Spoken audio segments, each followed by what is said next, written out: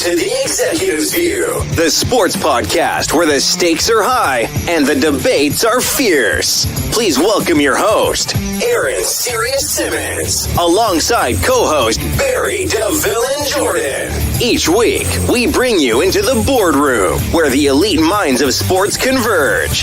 From the gridiron strategies to the business behind the ball, we tackle the hard-hitting questions and give you an insider's perspective. So pull up a chair and join us at the table where champions are made and legends are born. This is The Executive's View. Let's get down to business.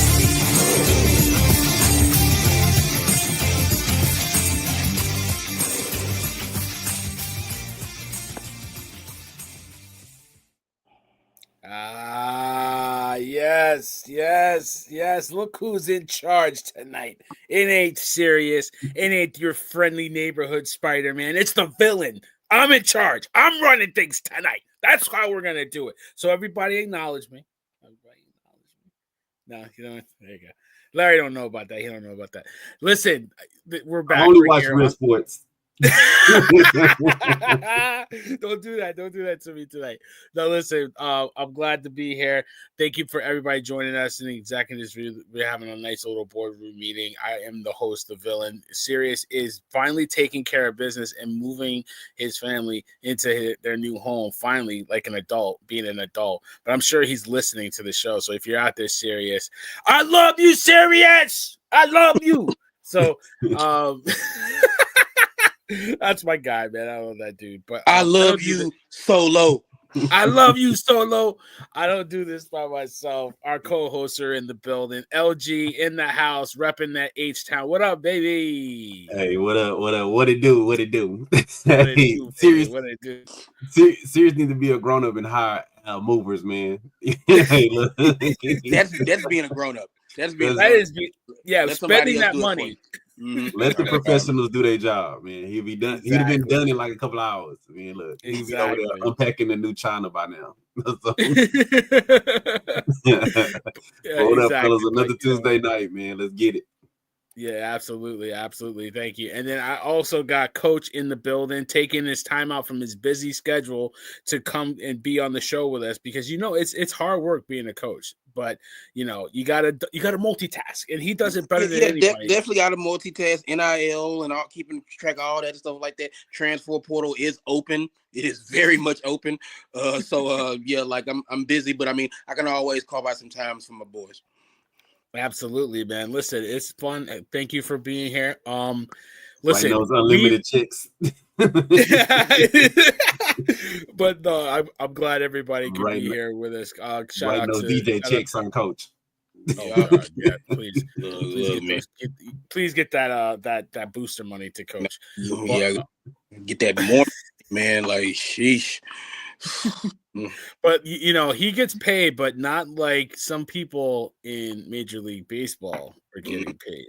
I wanted to start with a little college ball, but it's hard to escape the elephant in the room. Yeah, it is. I was like, college ball will get there, but the way this money getting thrown around, like winter meetings.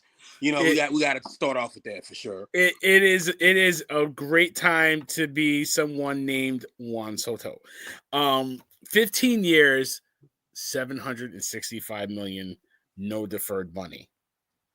That is what Juan Soto is getting from the New York Mets right now. So Sunday night, we kind of heard rumblings that the deal was going to be reached by the end of the weekend, and so it was late Sunday night around 9:00 Eastern time, maybe close to 10 on this side of the country.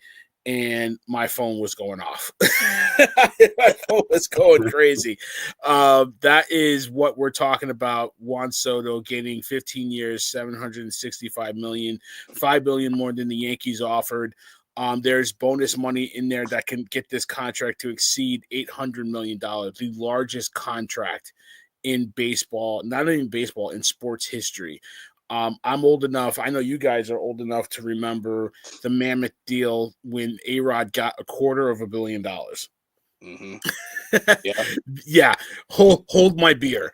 I mean, I'm old enough to remember when Bonds got his $42 million from the Giants, And everybody like, oh, no baseball player's worth $7 million a year. Yeah, exactly. Facts. Preach on it. But last year Ohtani got $700 million, but a lot of that money was deferred, not for Juan Soto. Stevie Cohen's money is speaking loudly, and that money is in-house. So, I mean, I'm going to start with you, Coach. I mean, LG, we talked about it a little bit, but I'm going to come with you, Coach, and then LG, you can definitely chime in. Listen, I like a free form. I don't mind people interrupting. I like to keep the conversation flowing. So, listen, Coach, go into it. Soto money, going to the Mets, leaving the Bronx for Queens, the King of Queens. Holla at you. Yeah, I mean, definitely the King of Queens. And speaking of sitcoms, it seems like it was a little like George Costanza stuff going on with the Yankees, where it's like a little overzealous security guard wouldn't let Soto's people kind of come and go. And it's like, seriously, if that's the reason why he didn't sign with the Yankees, that dude got fired like Sunday night. And they found out who that guy was, and he got fired Sunday night. He don't have to worry about, like, he's going to have to find another job. But, like, no, right. I think one of the biggest things with this is the no deferred money. It seems like the Dodgers were trying to kind of reinvent the wheel with these contracts, like these big contracts, like, oh, let's push it all to the back end. Soto was on that J.G. Wentworth stuff, man. He was like, I need my cash now. I don't care about it. I need that now. Right now. Steve, like, give me that money right now. I need it today, And man, Juan Soto goes back to the NL East, a division that he's familiar with because, starting off with the Nationals, stuff like that. And I think Soto is a National League guy. He started out with the Nationals, played with the Padres. I think, look, I really thought, and we said it on this, I thought Soto was going to get like a shorter deal because he's still a young guy. He's like, was 26, but like, I thought he was going to take a shorter deal so he can kind of like maybe dip his hand back into the draw one more time when he's 30. But he sets himself up, he's already been set up for life. But now it's just like, he's probably going to be. I'm sorry, he got to opt out in 5. Yeah, so yeah, I'm gonna say like so you got the opt out in 5. So it's like 5 years. So it's like, if I am the Mets, you have to strike while the iron is hot.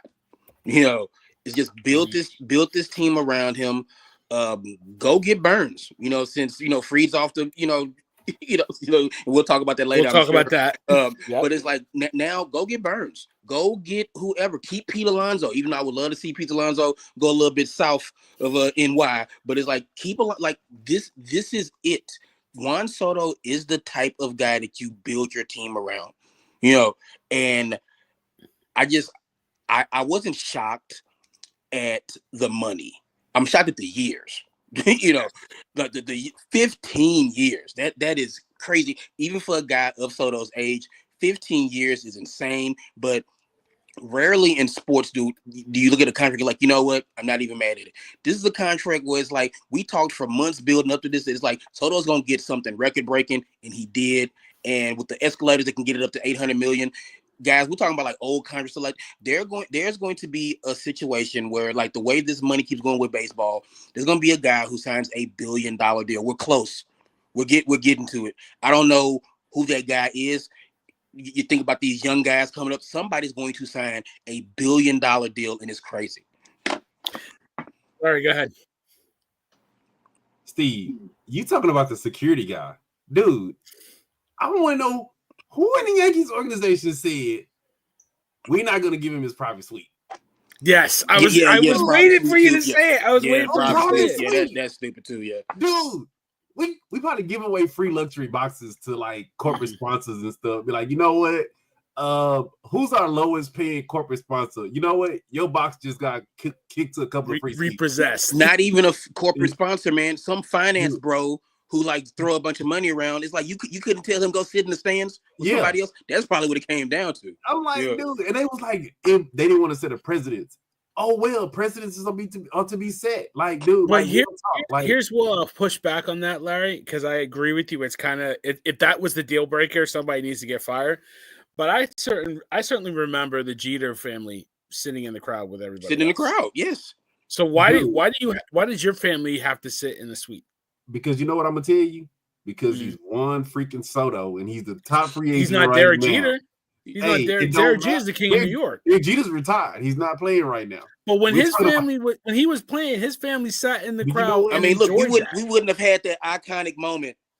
You know what I'm saying? If his family's up in the box, you know what I'm saying? It's like, so yeah, I see what you're saying, Villa. I get it, but traditions are meant to be broke. I'm quite sure it's some dude that his family probably was flying coach and somebody got private charter jets right now. But the Yankees are all about tradition, man. It's the pinstripes, it's the no facial hair, it's the roll call. The Yankees are all about tradition.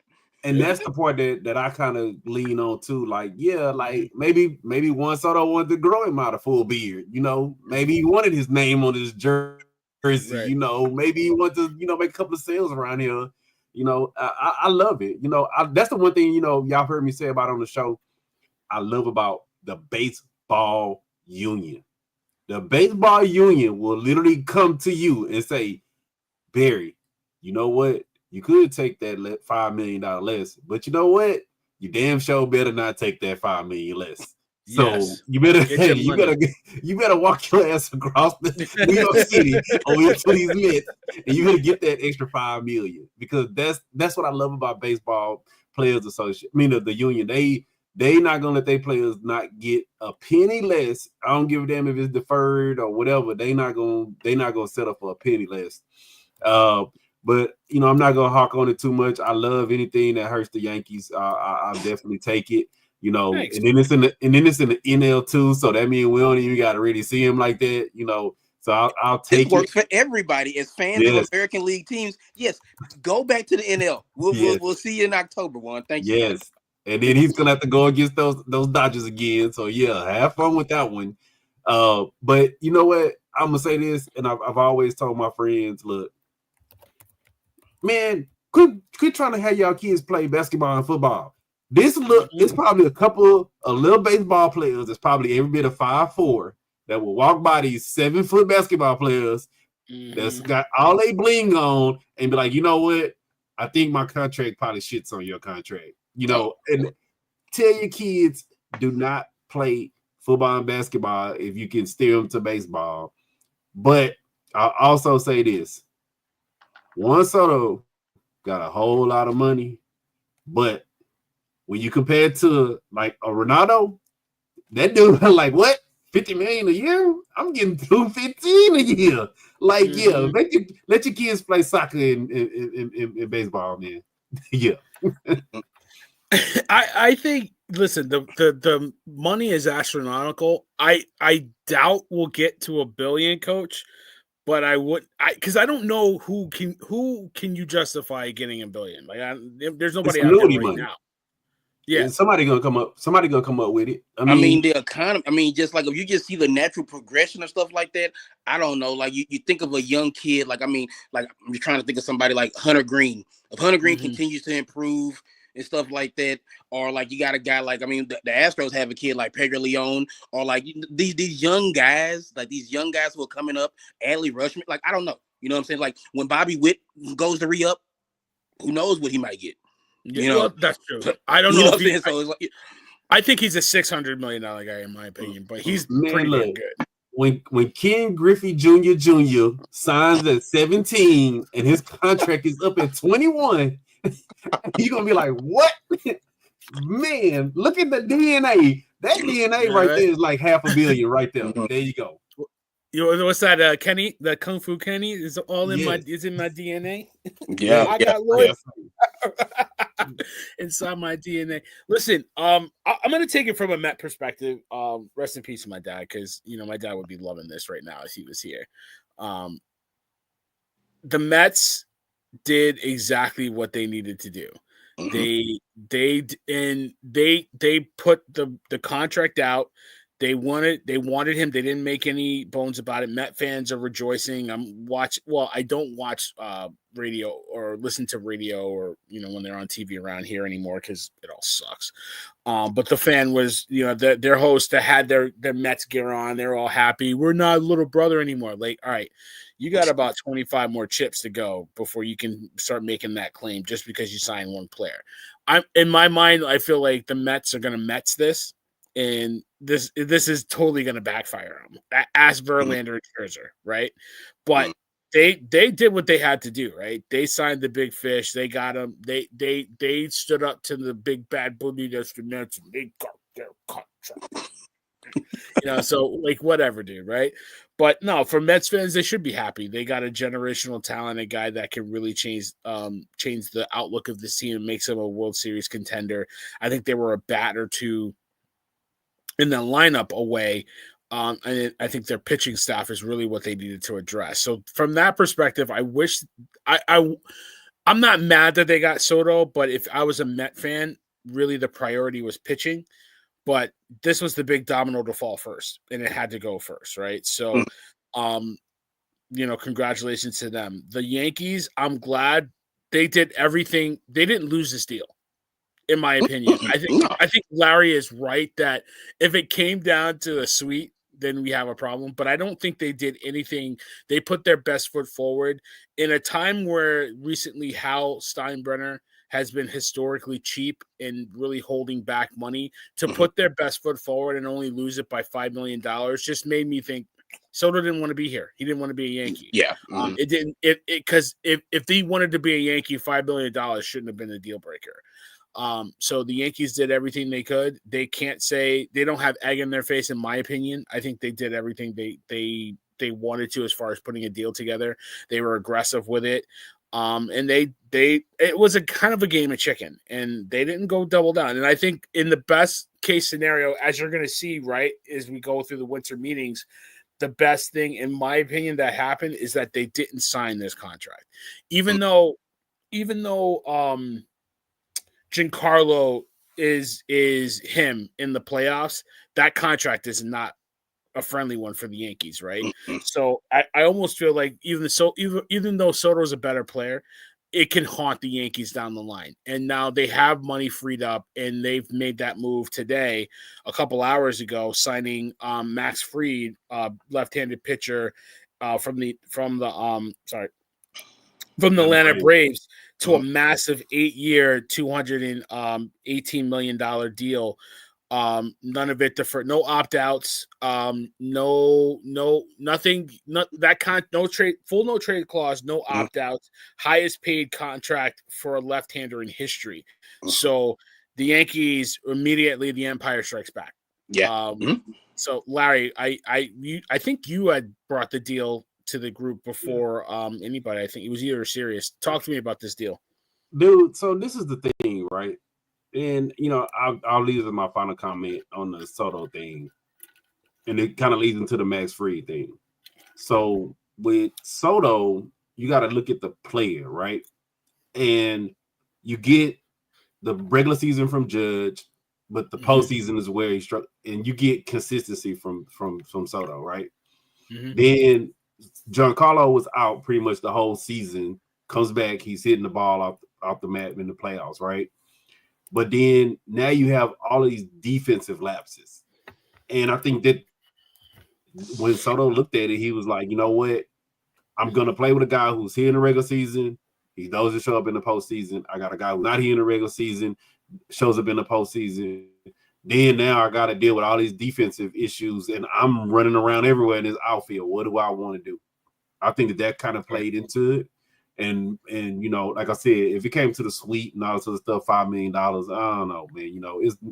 If it was $5 million in Texas, oh yeah, that's real money. But $5 million in New York, go across New York, nah, that ain't no money. But yeah, we'll see what happened with it. But like the Max Fried thing is, I think I've said it on the show. I think we've had conversations about it before. To me, I've always said the Yankees' problem is not hitting. It's defense and pitching. It's like they'll have the last, I'm gonna say 15 years, the Yankees have always had one frontline starter. After that, it's Rocky Hill. The middle infield, the middle relievers, it's okay. Closers ever since I can't remember his name. Yeah, Mariano Rivera. He was the greatest closer ever, Mariano Rivera. Say it with your chest. But ever since he's retired, it's closing. It's closing. And it's defense. Like the Yankees needed more pitching and more defense. That's what they needed. I get it. You take a tremendous bat out of the lineup, but you get more pitching. The only thing with Max Fried is, Max Fried, he has these.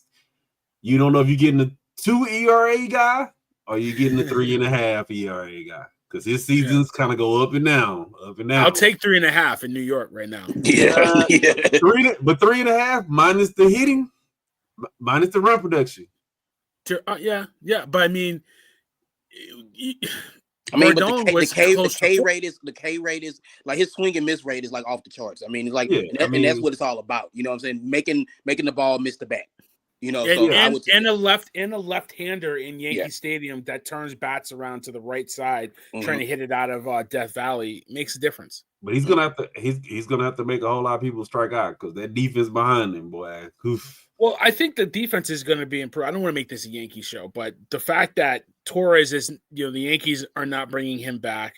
Yeah. I think the fact that they're looking at a third baseman, which I want to talk about in a minute too.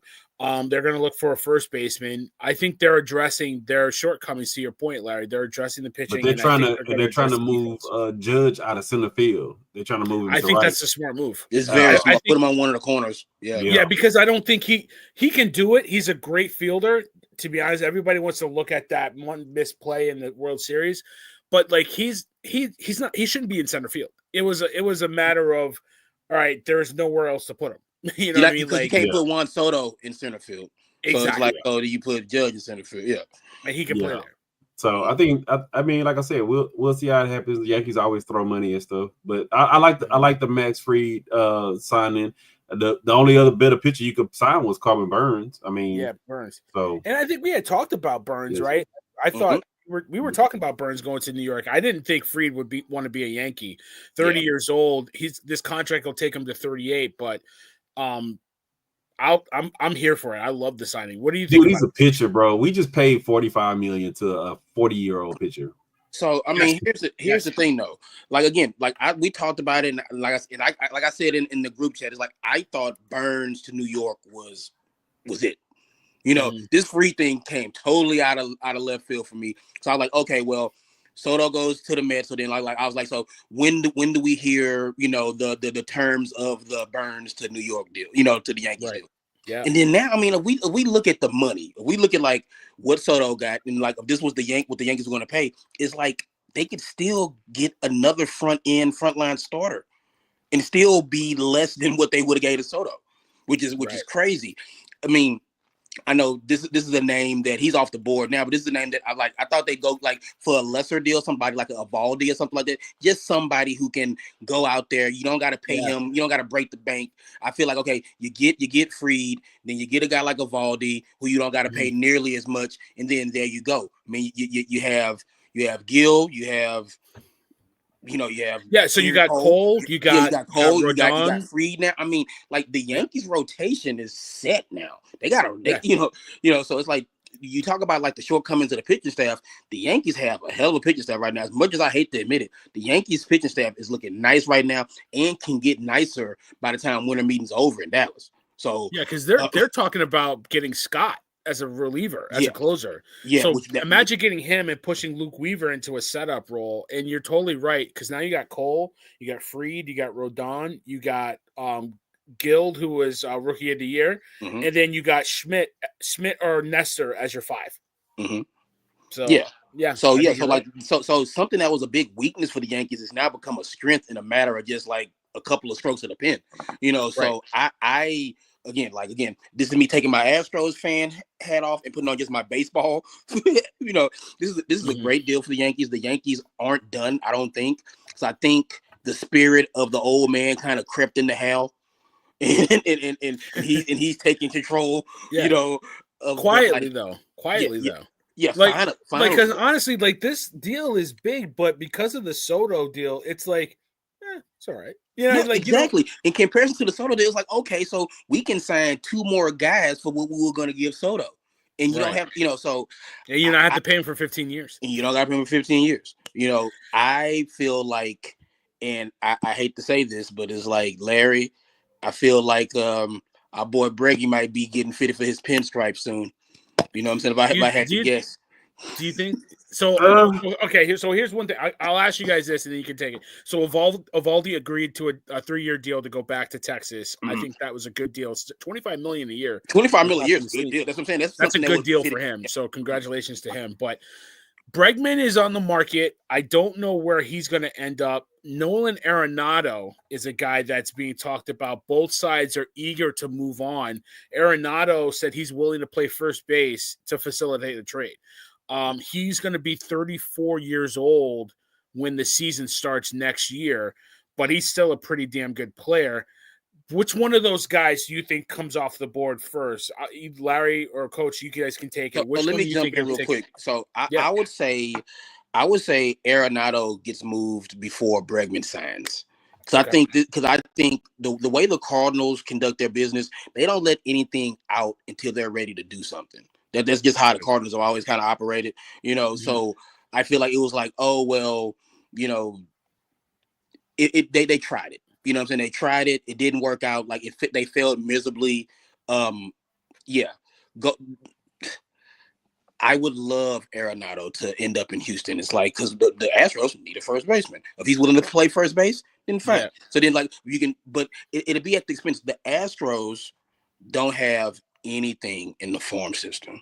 That's what I was going to ask you. They don't have anything, right? So they don't have anything in the farm system. And Dana Brown has said over and over, he don't really want to trade major league talent. And it's like, well, Dana, you don't got no goddamn farm system. Like seriously, dog. Like what are you doing?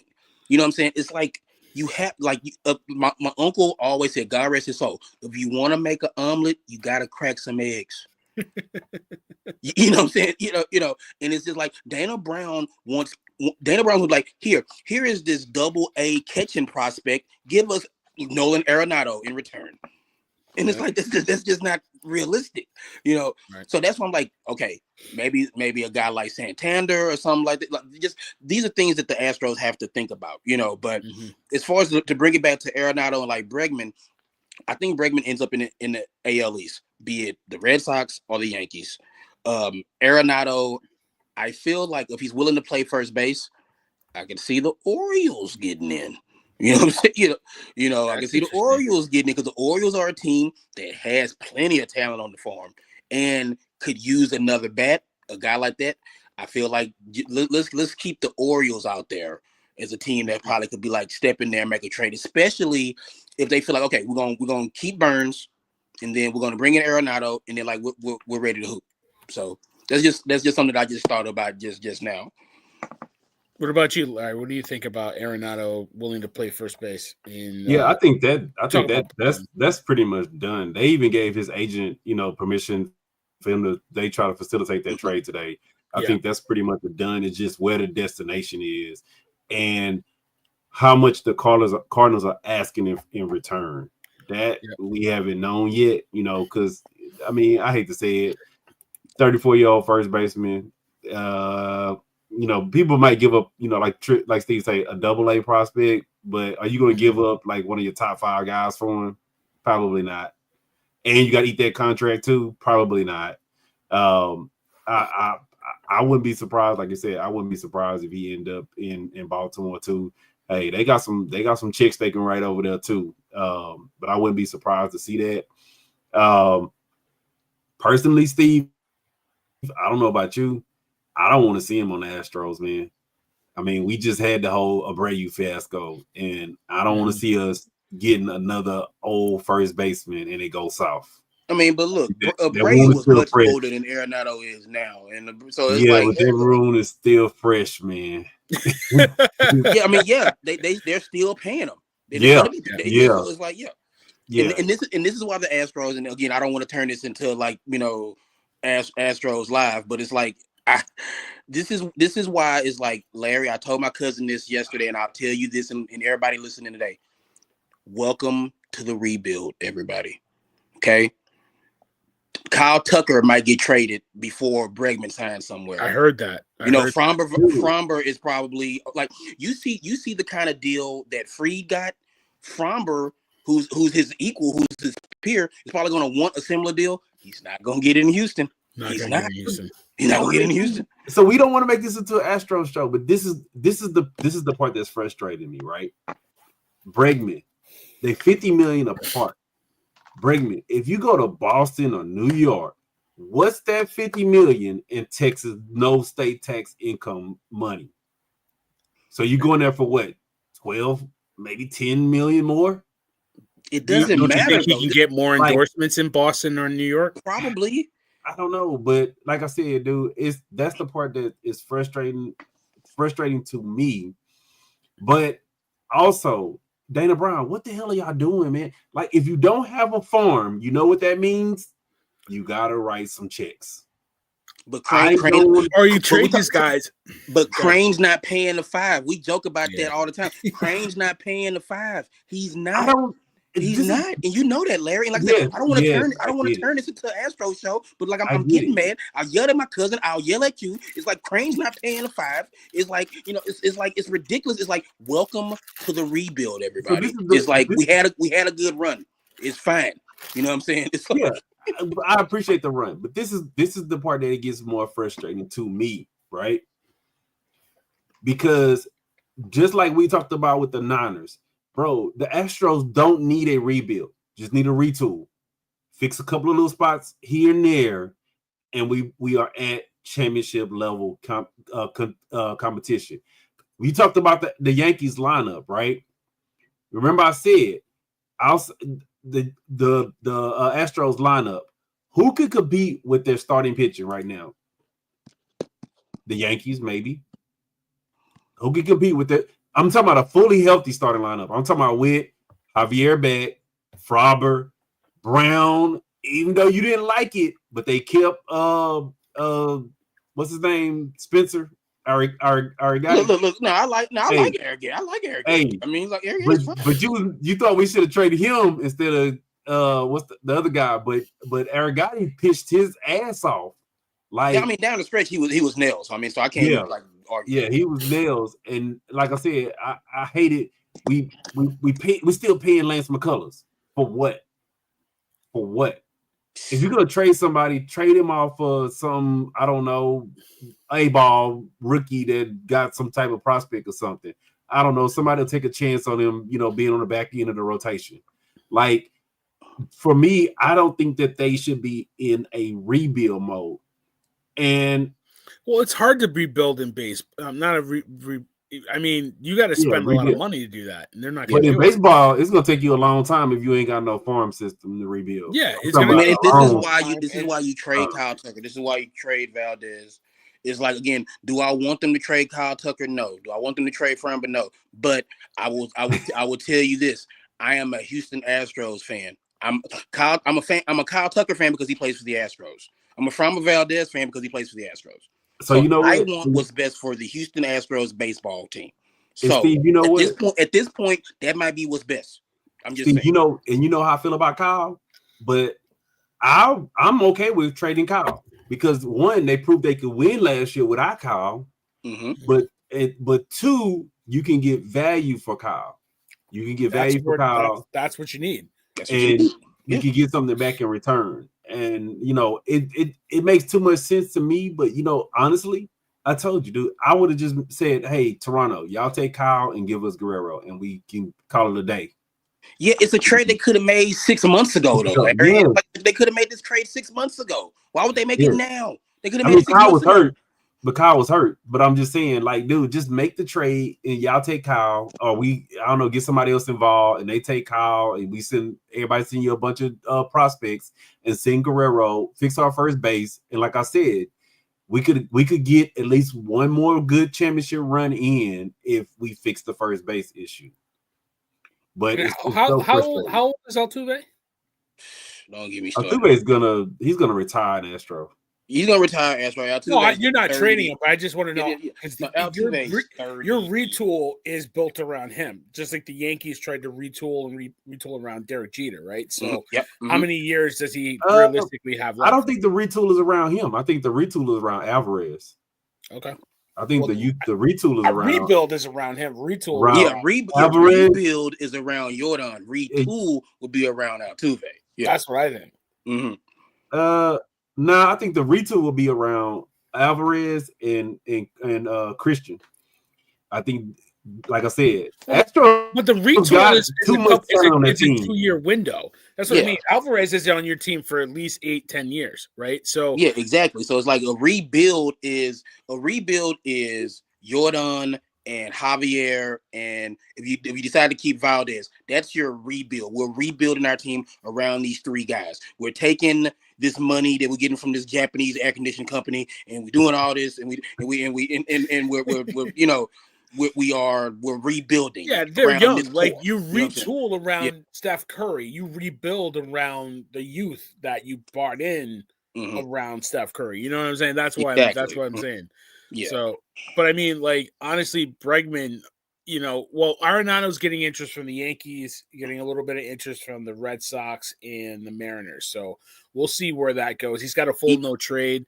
He fit in real good with Seattle. As much as I hate to say it, like I think he got Mariners all over him. He would fit that team real well. But then the Yankees would probably they could slot him at third base, move Chaz to second, and then just grab a first baseman. Boston just needs a right-handed bat. They're desperately looking for a right-handed bat, so we'll see what happens. And that's why I think the Red Sox. Now that I think about the Red Sox, might pay a little bit more. You know what I'm saying, for him than maybe some of the other teams would, just because the desperate need for that bat.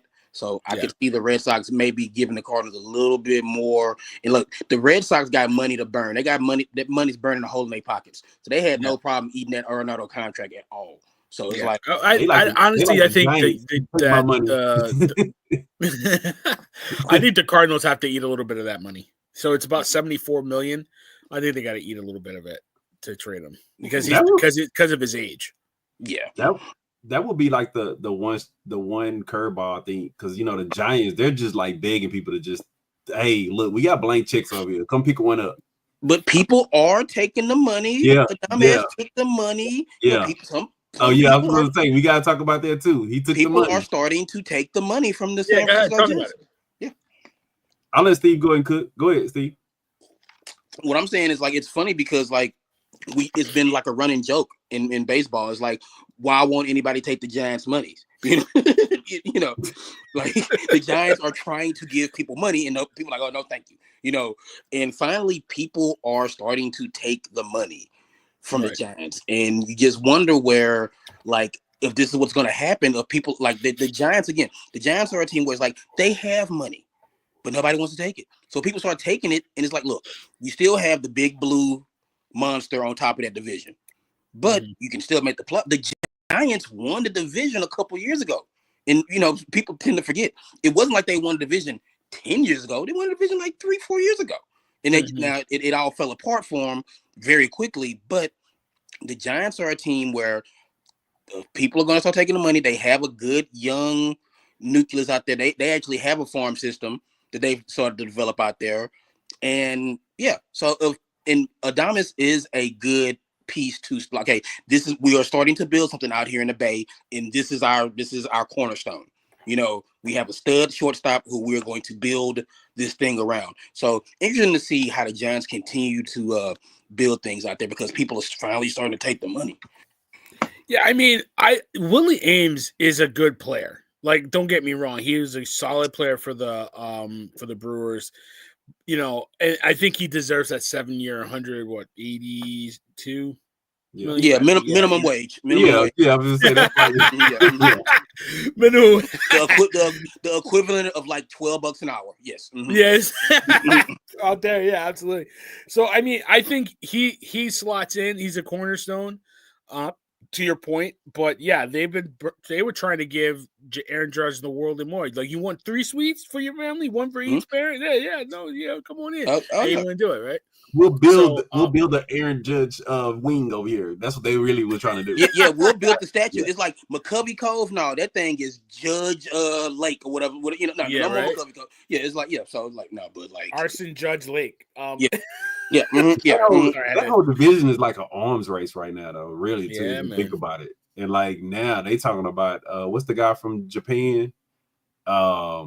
I forget the name, but I know talking about. They was like the Dodgers and the Padres are just like, they about to just throw the blank check at that dude.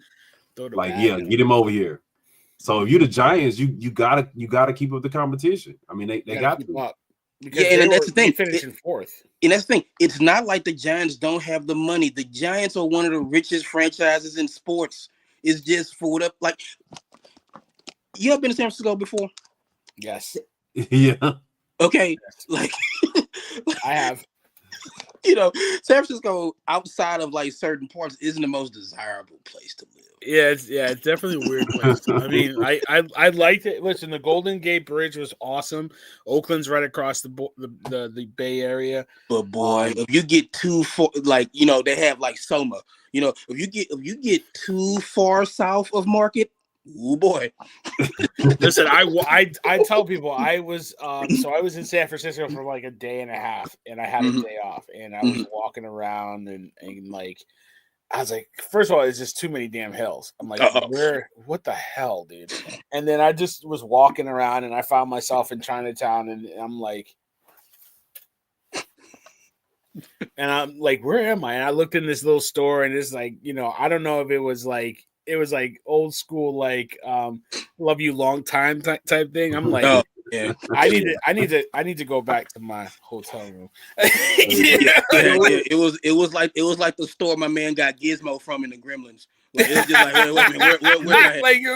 like, like I'm in San Francisco right now, dude. Like, what are we doing, dude? But you know what's the crazy part about that, dude? I'm a big Barry Bonds fan. Like, anybody knows me know I love Barry Bonds, right?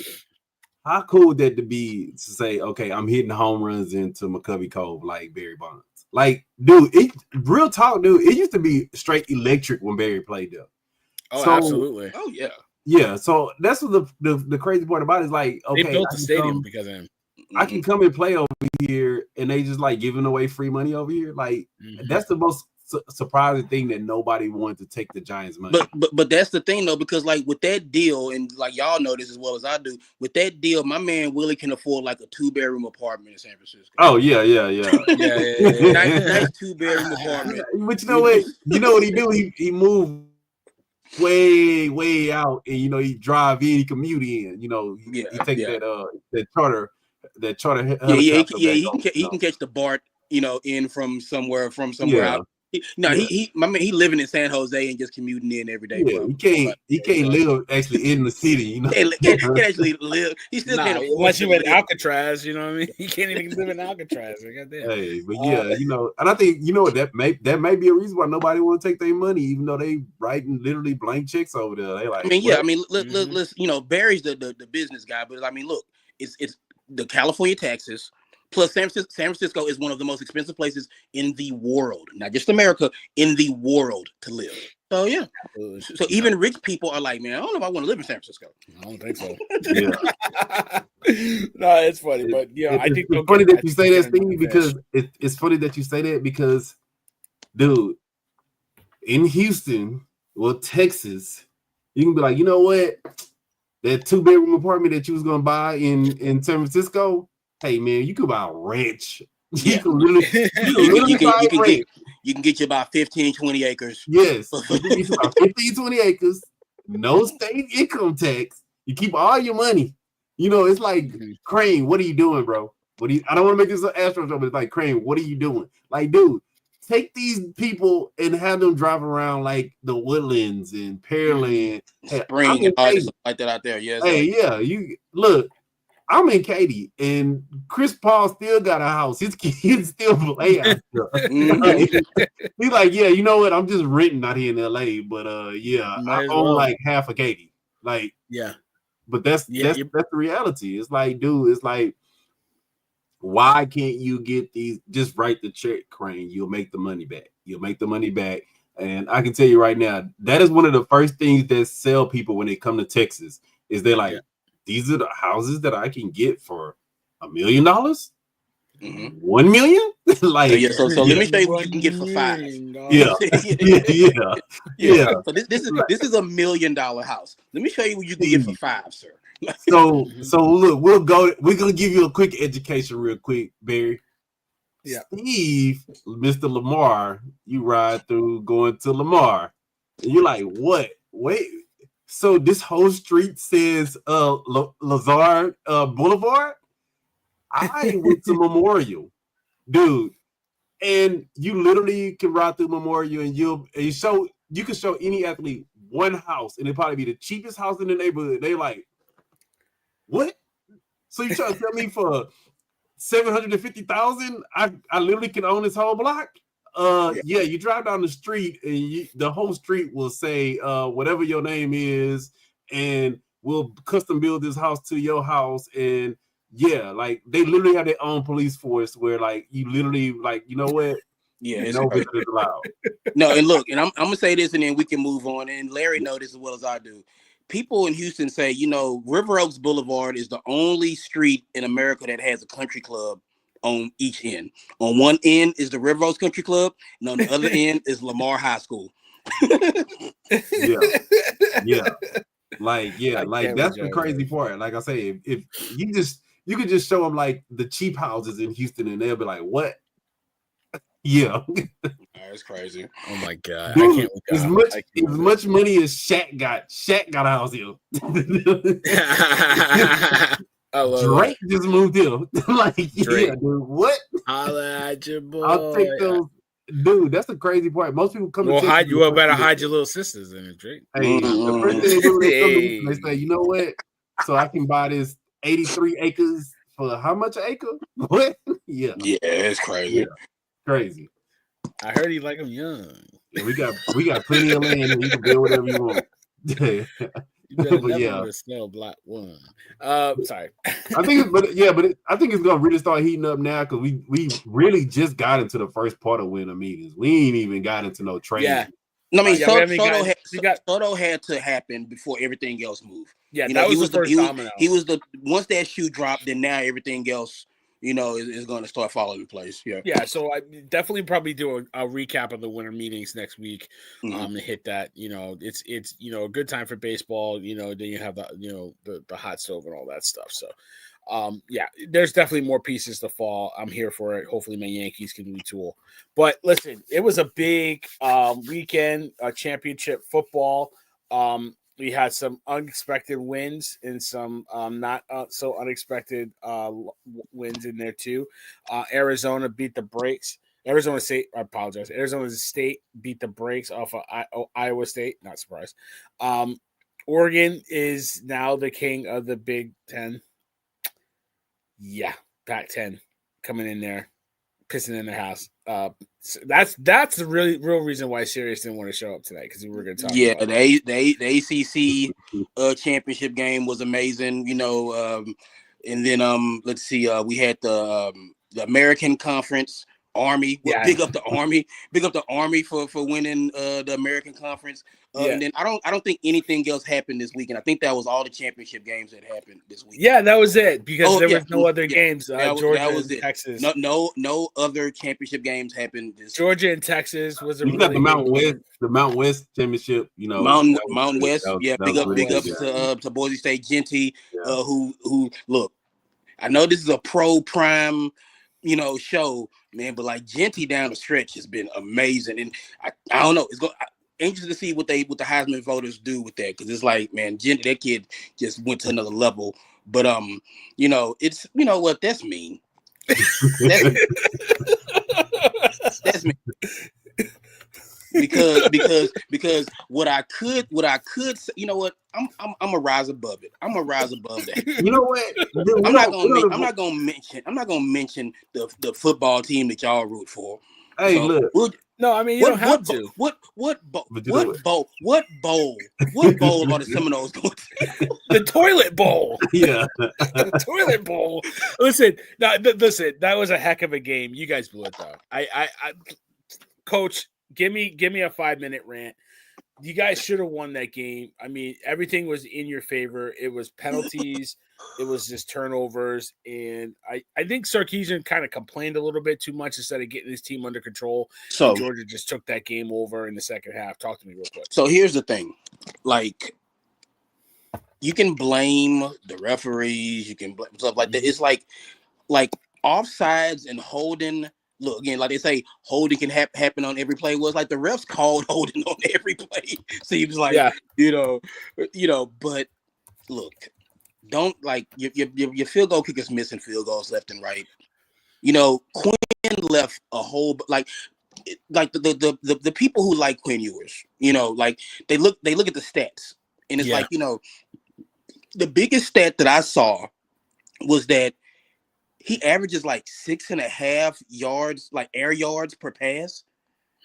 It's like you're throwing really long screen passes. I mean, and it works, but it's like when it's time to stretch the field, it's like he just misfires all the time.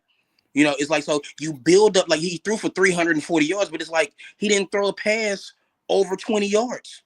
Mm-hmm. You know, so you have that. They abandoned the run. They did like Wisner is like, I know Wisner had like 60 carries over the last 2 games, you know, and like, you know, like my coach say, the ball ain't heavy. You know, the ball ain't heavy. So like they abandoned the run. You have Gunnar Helm, who is one of the best tight ends in the nation, just was not a factor. If I am the Texas defense, this is a national championship defense. This Texas defense is loaded. They're good. They're nasty. They're fast. They're aggressive. But when the offense is putting them in a position where they have to fight so hard and they're giving the other team, eventually the defense can only do so much when you're allowing the other team to get in good position. You know, and it's still, I mean, it's not like it's not like the final score was 45-43. It was 22-19. You know, so it's like the defense did everything they were supposed to. They held this Georgia team to 22. You would think, but it's like, you know, when you're missing field goals, and it's like I said in my little video, I was like, yeah, Quinn Ewers and special teams. Those are my 2 concerns. You know, yeah, Bevo wasn't there. I think, you know, if you know, if Bevo was there, maybe they give the boys a little bit of motivation. You know, about Kyle was there, but he wasn't. So whatever. But anyway, but you know what? I can sit up here and get mad, but this is what a 12-team playoff does for you. It's like, you know, if this was last year, I'd be devastated. I probably would have walked. I probably would have walked to Austin from Pittsburgh and punched Quinn Ewers in the fucking mouth. You know what I'm saying? But it's a 12-team play. It's a 12-team playoff. That's why it didn't feel as bad. You know, for serious, I'm sure he wanted Penn State to win the Big Ten. Yeah, of course, but it don't feel as bad as it would have felt last year. You know. It's like, so it's one of those things where hope springs eternal. It's like, and we can talk about this. I think we can talk about this a little bit more next week when we got games to look forward to. But it's like Texas got a very favorable draw when you look at it. I think they deserve the favorable draw, though. Yeah, they got a favorable draw. They deserve to be the 5 seed, and I think they deserve the draw. I thought, and we talked about this, I thought they were going to drop lower than, 5. Yeah, you were saying like what, 7-8? I thought they were going to drop like 7-8. And I did not see it. I thought 6 was the lowest they would go because what happened is, and we can talk about this, and we can kind of like I'm done talking about Texas because it's just whatever, Sure. But it's just, I feel like I thought the committee was going to punish a team for losing its conference championship, and they didn't. They didn't punish SMU for losing their conference championship. They didn't penalize Penn State for losing their conference championship. Now Nick Saban can get on, and again, it's like when he was talking from his house in Tuscaloosa, Alabama. Absolutely. He's still on the Alabama payroll. He said we a couple times. He slipped up and said we a couple times. Coach, like you're not the coach at Alabama anymore. But nope. He said we a couple times. Oh, well, we this and we that, and we shouldn't do this and whatever like that. So it's like, look, I said last week, I was like, you know what? I think the committee has their 12 teams. Clemson kind of put a monkey wrench in their plans. So Alabama's the odd team out. Don't lose to Oklahoma. Thank you. Thank you. I'm sorry, Bama fans. That might have been one of the worst losses. Like, because people want to talk about Texas hasn't beat a ranked team. Like, you can only play who's in front of you. But guess who Texas did beat? Oklahoma. Yep. Okay. They beat them up. They beat the brakes off them. Yeah. So Texas did beat Oklahoma. So I mean, I don't know, guys. So just didn't you beat? Who else did you beat? That's in. I was gonna say, who else Texas beat? Vandy. Yeah, I mean, I want to double click on it, and Larry, I'll let you take this one.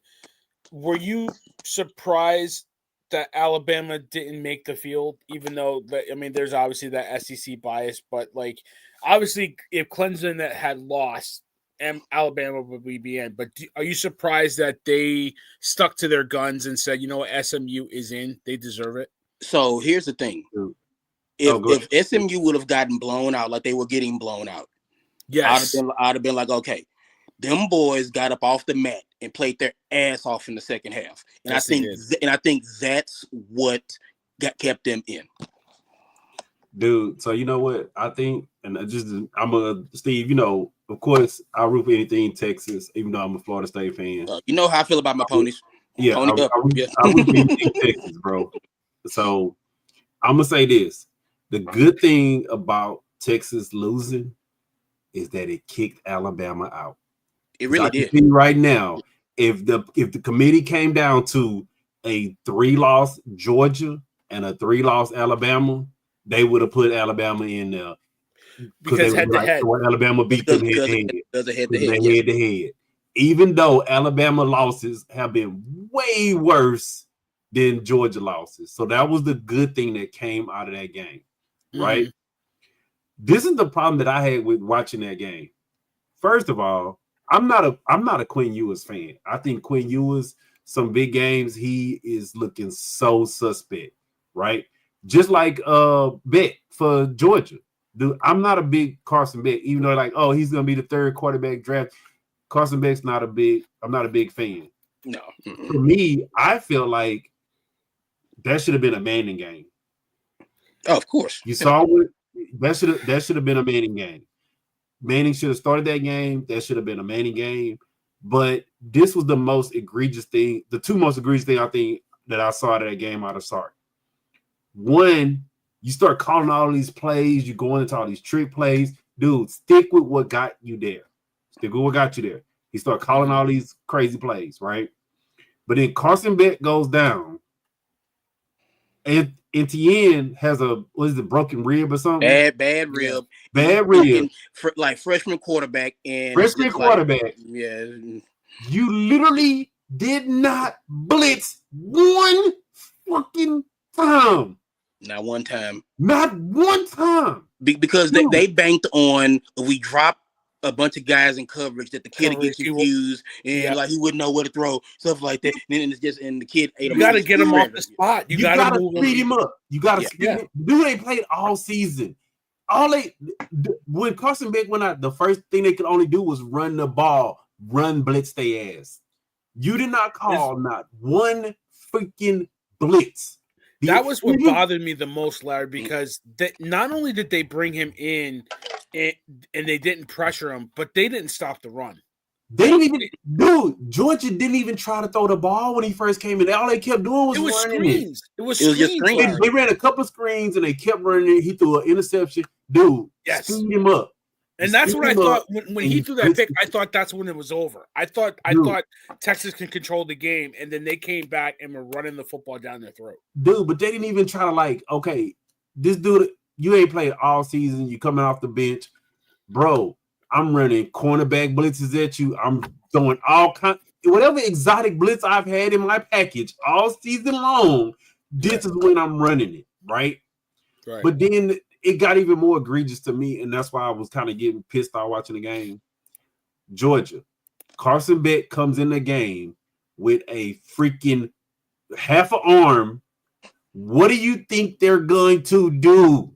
Run the ball. Dude, and that wouldn't have been the most zero blitz play out of any play. I'm zero blitzing it. All 11 defenders going at Carson Beck. Right, I'm getting the ball boy to come in. Even if he hands the ball off, I'm tackling Etienne at the handoff. Mm-hmm. It's zero blitz, and you literally still sit back, play base defense, and just sat there and just let them just walk into the end zone. Yes, walked in almost untouched. Yeah, walked in untouched. You didn't get touched. He was like 3 yards in the end zone. Yeah. That's the most egregious thing about that. But I'll just say this: I'm glad that the committee, because if we watched all of the rankings, the committee was doing everything in their power to keep Alabama in. Keep Alabama in. The thing that I've always said was, I get it, the SEC bias. I get it. People say, oh, well, they recruit the best players. Oh, it's the best conference. Oh, they spend them. But if you look at the bowl games, they have not been beating the other conferences, right?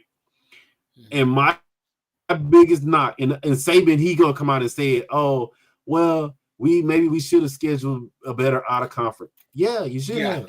Yeah, you should have. Because I can tell you right now. Well, but the thing about it, I can tell you right now, that Clemson winning their conference looked better with a 3 loss because they lost to freaking Georgia. Yeah. Because they lost to freaking Georgia. And it matters who you lose to. It does. Like, dude, you can't tell me that it matters more. You lost to a team that went on to win the SEC, who's a 2-time champion, who literally the only reason why they didn't make the playoffs last year is because they lost in a championship game. In the championship game. And you trying to tell me that it's okay for us to schedule? I think they had like some unranked team. You still scheduling 1AA teams, bro? Like, you still scheduling both subdivision teams? Like, yeah. I think that's the most egregious thing when it comes to Alabama. So yeah, like, let them stay out of it. Let them, kick them down the road.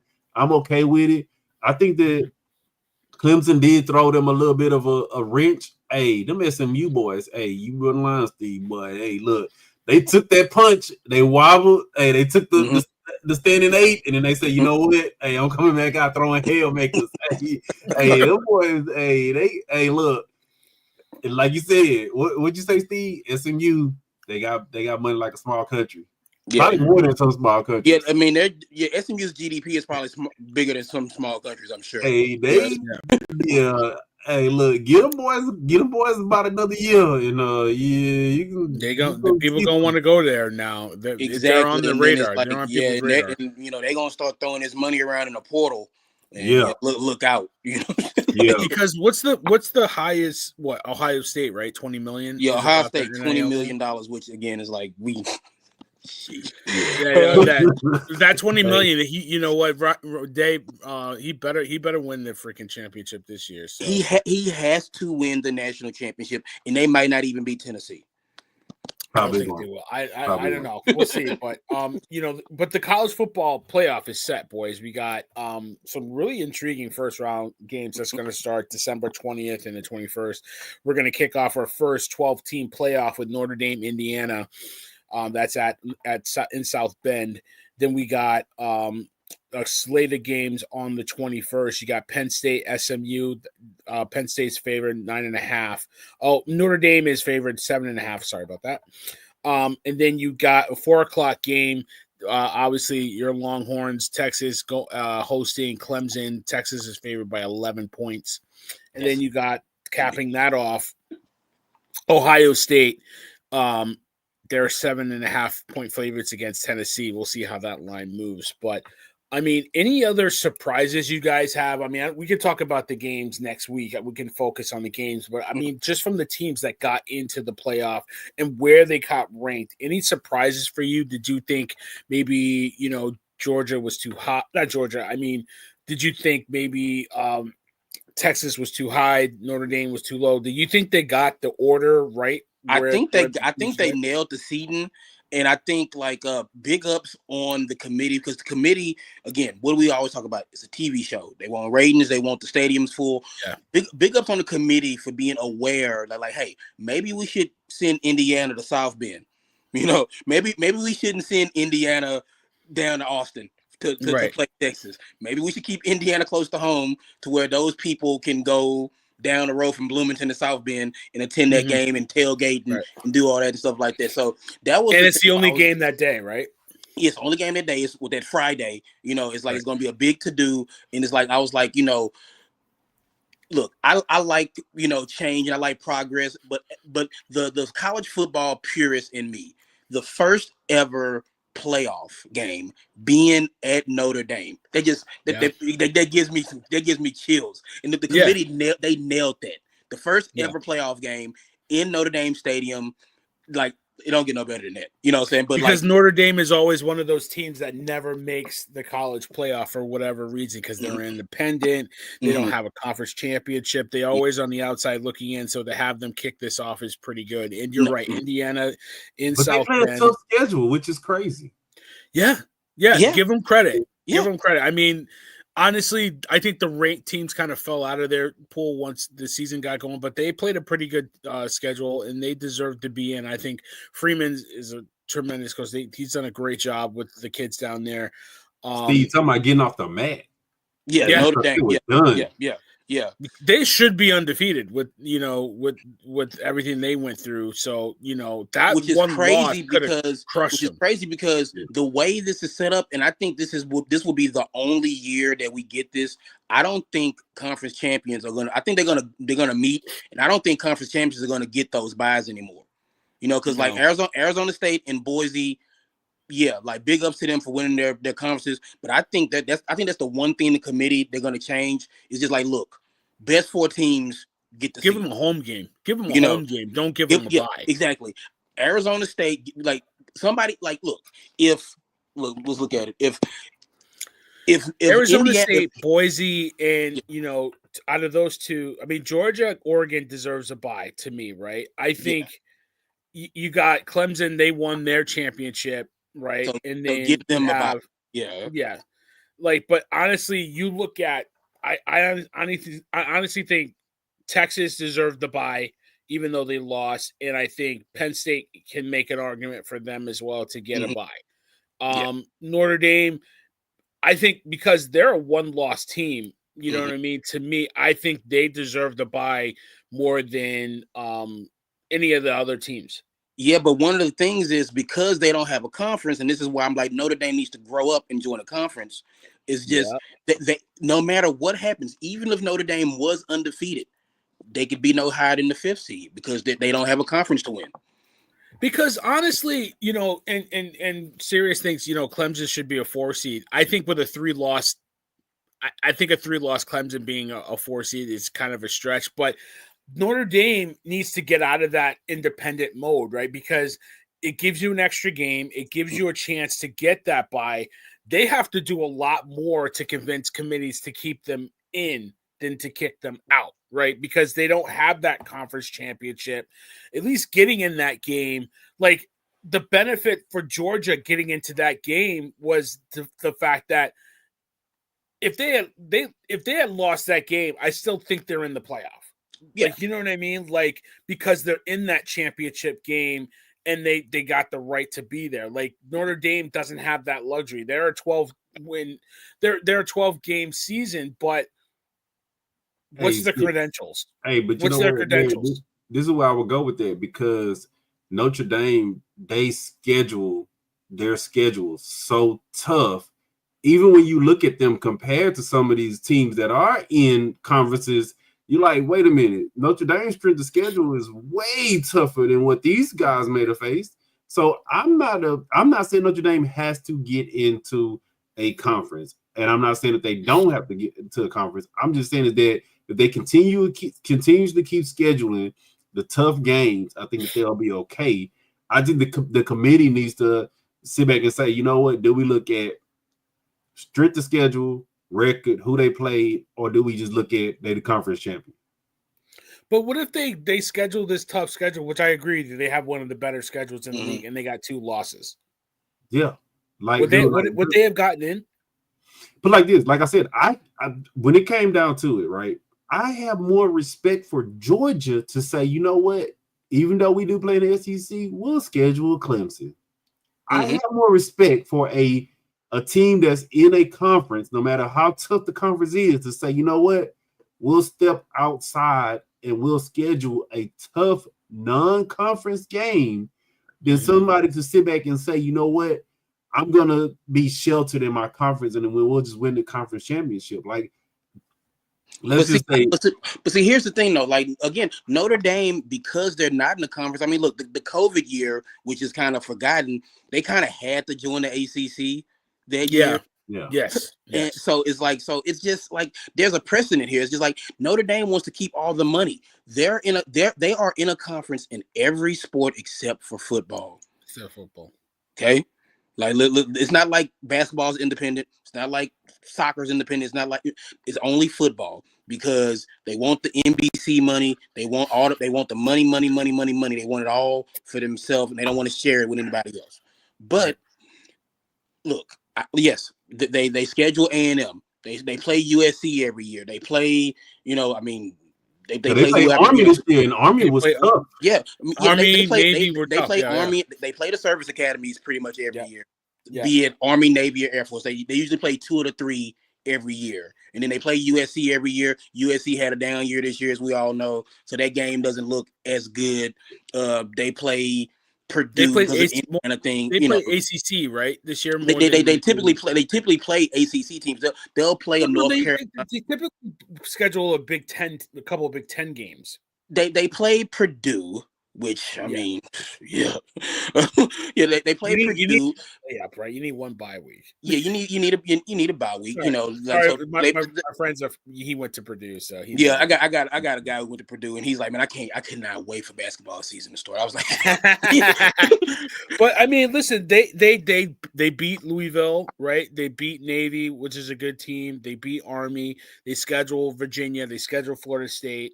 They beat A&M in College Station. Scheduled A&M. That's one of their better wins of the year. Absolutely. So, I think. Yeah.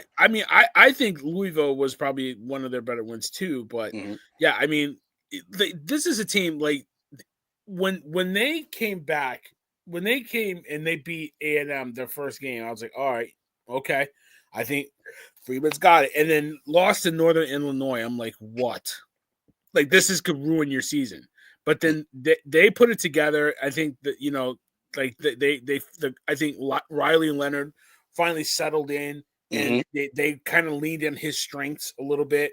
Yeah, they got a really good running back in Love, so I think it all worked for them. But to me, it's like I really feel like they got to stop being stubborn and get into a conference. I mean, I don't agree or disagree because you got to remember we talked about blue bloods. You know who else is a blue blood college football? Notre Dame. I mean, Notre Dame is the blue blood. Yeah. I mean, we keeping it above chips. They haven't won a chip in over. It don't matter, bro. Years. They the only team that have their own TV deal. Stand on business on TV deal, dude. So I'm not saying that they do or they don't. I'm gonna put it like this: as long as they keep scheduling tough teams, and Nick Saban, he kind of got under my skin because he was like, "Oh, well, we wanted to schedule this precedent," and he did mention Notre Dame. But you know who took that Notre Dame on their schedule? A&M did. Bama was like, you know what? I think we'll schedule South Carolina State A&T or somebody. We'll play Mercer. Yeah, we'll play Mercer. We'll be Mercer because Alabama wants to hang on the fact that because we're in the SEC, we're going to get a couple of games on our schedule of ranked teams, right? That's why they do it. Let's just keep it real. We talked about it on this show, right? Okay, you got your Texas, you got your Georgia, right? You got your Tennessee. In the SEC of ranked teams, was Missouri looking like they really should be ranked that high? No. Was Ole Miss looking like they really should have been ranked that high? No. Yes. At that point, no. At the end of the season, yes. Hey, I'm gonna just say they was looking a little suspect. Look, if you really think about it, hey, even when you get to Alabama with that OU Vanderbilt loss, I mean, there was a lot of teams in the SEC that didn't. You was like, I don't know how they rank 10, 12. I don't know about that. But like I said, I'm a fan of Notre Dame football, whether they in the conference or not in the conference. Like I said, they like Steve. What'd you say? They are the blue blood as much as people love Alabama, it's a whole lot more people that love Notre Dame. No, I mean, yeah, they're the blue blood. Yeah, they're America's team in college football. Yeah. They are the equivalent of the Cowboys. You know what I'm saying? Unfortunately, unfortunately, but more likable. Yeah, they are the one team that when you go talk to this 18-year-old recruit, and when everybody's like, you can come to Georgia, SEC, you're like, you can come to Notre Dame. Mm-hmm. Notre Dame still has that clout. It still has that clout. Yeah. But listen, I don't feel bad for Alabama because, like I said to somebody today, like you had every chance to get in if you beat who are on your schedule. You had no business losing to Vanderbilt. You had no business losing to Oklahoma State. So you can't do it like Florida State did last year, complaining because you didn't get in because of X, Y, and Z. You had these guys. You had bad losses. Florida State didn't have bad losses at all. You know what I'm saying? And that's why I'm like, it's different from this year to last year. That's why, like, we said this last week. You cannot use last year this year because it's totally different situation, totally different criteria. It's a different way we determine the postseason and stuff like that. But with Alabama, here's the thing. It's like, again, and I hate to keep saying this, but it's like, yeah, lose to Vanderbilt. Sure. Like, you lose to Vanderbilt. That's fine. We'll give you one. Okay. You cannot, under any circumstances, lose to an Oklahoma team that literally quit. They quit. They were done. Like if you scored 3 points. Yeah. And you scored 3 points. And it's not like Oklahoma lit up the scoreboard. You know, like their quarterback was their leading rusher in that game. Okay. Okay. So I'm just saying, it's like, so you have to do some soul searching here, Bama. Like, put the mirror up to yourself and realize, are we a playoff team? Because we lost to, like, look, I don't know if you guys pay attention to this. I watch this transfer portal. It's like last man out of Norman turn off the lights. Kids are leaving Oklahoma left and right. These kids not as much as Florida State though. I think everybody's gone from Florida State already. Right? Like, so you let a team of kids and a staff who had literally said, you know what, we're closing down campus. Like, we have to play this one more game. And you let them kick your ass in this last game when everybody in Norman, from the ball boys to the head coach, Venables ready to go home, and they kicked your ass. You don't deserve to be in the playoff, Bama. Sorry. Dude, you know what? This is what I would say, Steve, and that's why I said, for me, this was the thing about the whole Alabama. You've seen Georgia losses. Georgia didn't look that bad in their losses. Hell, SMU, we just talked about SMU. They got off the mat. In the Alabama losses, they have looked horrible. Yeah. Horrible. Awful. Like you said, 3 points against Oklahoma. Dude, that Vanderbilt game, they look like trash, bro. They were getting pushed around. Like, I think me and you were talking during that game. They were getting bullied. Yeah, Pavia was running all over the place, and like Vandy just lined up and said, "Okay, bam, bam." It was the offensive line that troubled me because, like, the offensive line for Vanderbilt beat the hell out of Alabama's defensive line. Mm-hmm. They beat them up. And it was just like there was no way they could get back in that game because, like, every time they handed it off 5 yards, and then somebody get touched 6 yards, then somebody might get touched. I'm a dude that I feel like losses matter. Like I said, the Clemson loss to Georgia. Style points. The Clemson loss don't look that bad because they lost to Georgia. Like, but they were a little bit competitive in that game. Like I said, Georgia didn't come in and ran shot through them. Like, dude, I feel like losses. How you look in your losses should matter to the committee too, because when and where too, right? Because that Clemson loss was like the first game of the season. You kind of get a little bit of a pass on that, right, Larry? They don't have no preseason. It ain't like they got a couple of games. Exactly. So the schedule the first half of that Clemson Georgia game was awful. Georgia didn't turn it on until the second half. So it's like one of the things where it's like, all right, well, they had a good half. You know what I'm saying? And it's just kind of, but so there's no such thing as a good loss, but it's like that loss to Georgia doesn't look as bad for Clemson. You know, it actually looks good on their resume because it doesn't get them a 4 seed like Sirius thinks they should be, but it definitely didn't hurt to have that on your resume early in the season. And then you went off and you won, only lost 2 after that and won your conference championship. Right. So, like, we were all throwing salt on Debo, right? at that point. Like we thought he was done. Like you don't know what you're doing. You can't get into the NIL portal. You know the way you're trying to game. Like, we said the game had passed them by. Yeah, and Dabo had something for all us. So it's like he dabbed on us. Yeah, Look, look, and I want to just say this, right? This is my final thing about the whole college football playoffs, right? So now that you got your 12 teams together, this is what I would have wanted to see. Now, okay, so you got people in Bama crying about getting in. Now you got people in Miami crying about getting in. F it. Okay, this next ball game up, even though it ain't for the playoffs, is Bama and Miami. I ain't gonna lie, that game right there, Miami and they no defense and Alabama suspect. Hey, you don't know if that game gonna be a blowout or a shootout. Hey, look.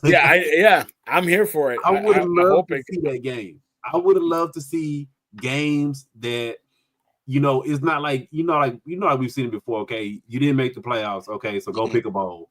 I would have loved to see them. Okay, now we're gonna pick these non-playoff bowl games.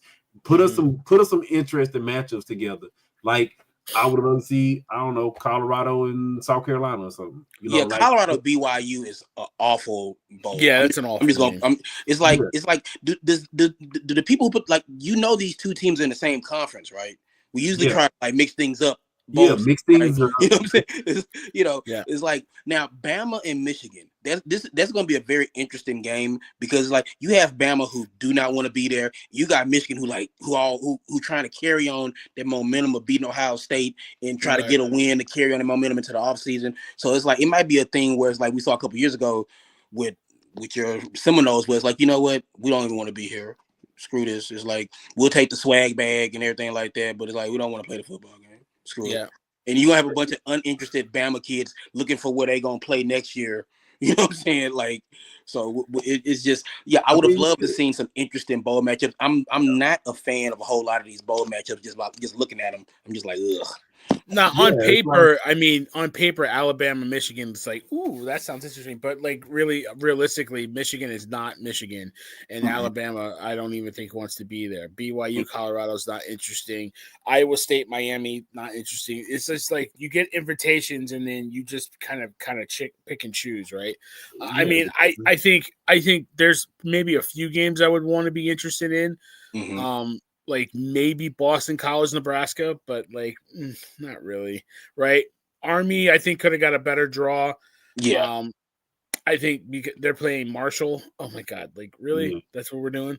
LSU, Baylor, meh, not really. Hey, look, I think there's a big miss to your point. I think South Carolina, I think Miami, Alabama, and Ole Miss. I think those are the four teams that we should have seen play each other at some capacity. Yeah, it's like, why do you have a top 25 ranking if we're only gonna pick the 12 teams to play? Yeah, man. Look, man. Like thinking about an Ole Miss Miami game. Oh, come on. Like, I think was it Larry? That would have been Ole Miss Miami. Like like were you and I talking, or somebody said like, give me an NIT. NIT. Yeah, somebody on the internet put a NIT bracket up, and I was like, boy, that would cook. That was cool. Like if you got those four teams and you put maybe four more other teams in there, right? You get those four I mentioned. You get Colorado. Give me Iowa State. Like give me some of the losers, right? Of the championship games that didn't get in, right? But Colorado's one because that's going to make money. You give me like maybe Michigan because they're named, they can sell seats. Give me the Aggies, like maybe Syracuse. Like Syracuse, Boston College, maybe a Syracuse A&M game, a Syracuse like Texas A&M game would be a really good football game. I would love to see. If this is what I would do if I was smart. If I would do it NIT, I would definitely set up an 8-game tournament to go alongside the pros, the pro, but I mean the big playoff, the big championship, right? Yeah, just like how they do. But then I would have it at like Fenway Park, Yankee Stadium, because they already do bowl games. Yeah, like have it at a special site, and then like that's how I would do it. Like it would cook, it would make money. Nobody really gave them any credit, but I wouldn't mind seeing like a Memphis Syracuse matchup. Yeah. Why not? Yeah, why Dude. not? not? Like, I mean, Dude. look, and then of course because they have to be in it, Mizzou would be in it just because like Yeah. Mizzou has to be in everything. You know what I'm But saying? that would So be it's like- fun. Like you would Yeah. have Ole Miss that could get Yeah. in. Right? You have South Carolina that is playing really good football at this point right now. Yeah. Right? I would love. I would not want to play them. I would not want to play South Carolina. If I was No, in- I don't think anybody would not would. want to play them. So, you know, But it I would. think it would It be would interesting. I'm gonna put this, and I want y'all to opinion on this, right? But if say they did that, right? Let's say I don't know Emirates Cup, for the football. I don't know. Hey, look, Emirates Cup for the football. On it, right? As long as we don't have like a freaking like purple field. Yeah, yeah, don't do the yeah, field. yeah, Don't do we'll it. do that. Yeah, no, that's too much. You want me to see the ball? No. So I'm gonna just say this, right? The thing that I would love to see if they did do that, now you can really truly see, is the SEC the best conference? Is there other teams out here that are coming up? Because like Steve, like we both said, you can't go and say, okay, the SEC is the best conference when you have SMU who probably going to spend stupid money and have everybody and their mom on their team, and you can tell me, oh, they're not better than SEC team. No, you can't tell me that they're not better than the 5th ranked SEC team just because they're SEC. No, Right. they have a lot of and Steve will tell you this, Barry. I don't know if you knew, but if you start throwing money around to some 18-year-old kids and it's tax-free money and they already live in Houston or Dallas or one of these little small towns you probably never even heard of, they probably 4A or something. Mhm. Dude, you can build you like this. If you just recruit Texas, you would literally have like when Alabama had like Derrick Henry and Kamara, and you will have like every 5-star running back and 3-star, everybody else on your team. Hell, if SMU just recruits Dallas, Yeah. Yeah. So I mean, they can just recruit Dallas and be a-okay. Yeah. Dude, I can tell you right now, Oak Cliff will probably send them at least 4. dude, like I'm just being for real, dude. Like, yeah, SMU could build a mini football team, mini NFL team, if they just recruited Texas with NIL, and then you can't say that an SEC team is better than them just because they're in the SEC. But see, here's the thing, though, Barry. It's like everybody has money. You know what I'm saying? It's not like, everybody has money, so then it just goes to where you want to go. We saw today, like the kid going to BYU. It's like, it's just Duke has money. Yeah. Kentucky has money. Do they want to use it? But it's like, so it's more than just the money. You know what I'm saying? SMU told the ACC, you know what? Keep y'all TV money. We don't need it. We're good. Yeah. We're good. Keep y'all TV money. We'll manage. You know what I'm saying? We'll be okay. You know what I'm saying? Give it to the less fortunate teams like Florida State. Right? Yeah. Florida State didn't want SMU in the ACC. Hell no. They knew what was coming. They knew what was coming. But like that's what they could compete with that money. Nobody want to go to Tallahassee. Dude, that's look, Dallas is a pretty nice place to stay. We joke and laugh about Dallas and they're being from Houston, but there's worse places to live than Dallas. I mean, they really are. I know. I've been there a couple times. I could drive to Fort Worth. I'll be just fine. Yeah, I'm gonna put it like this: like it's Texas football is really serious, and if your mom and your daddy be like, you know what, hey, we can just take this little 2-hour drive and come see you play.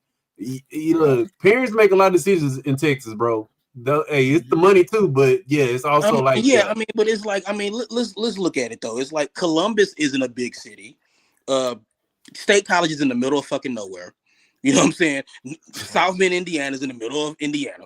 Bloomington is not a big city. It's just like it's culture. It's more things than just money. You know what I'm saying? But the money helps.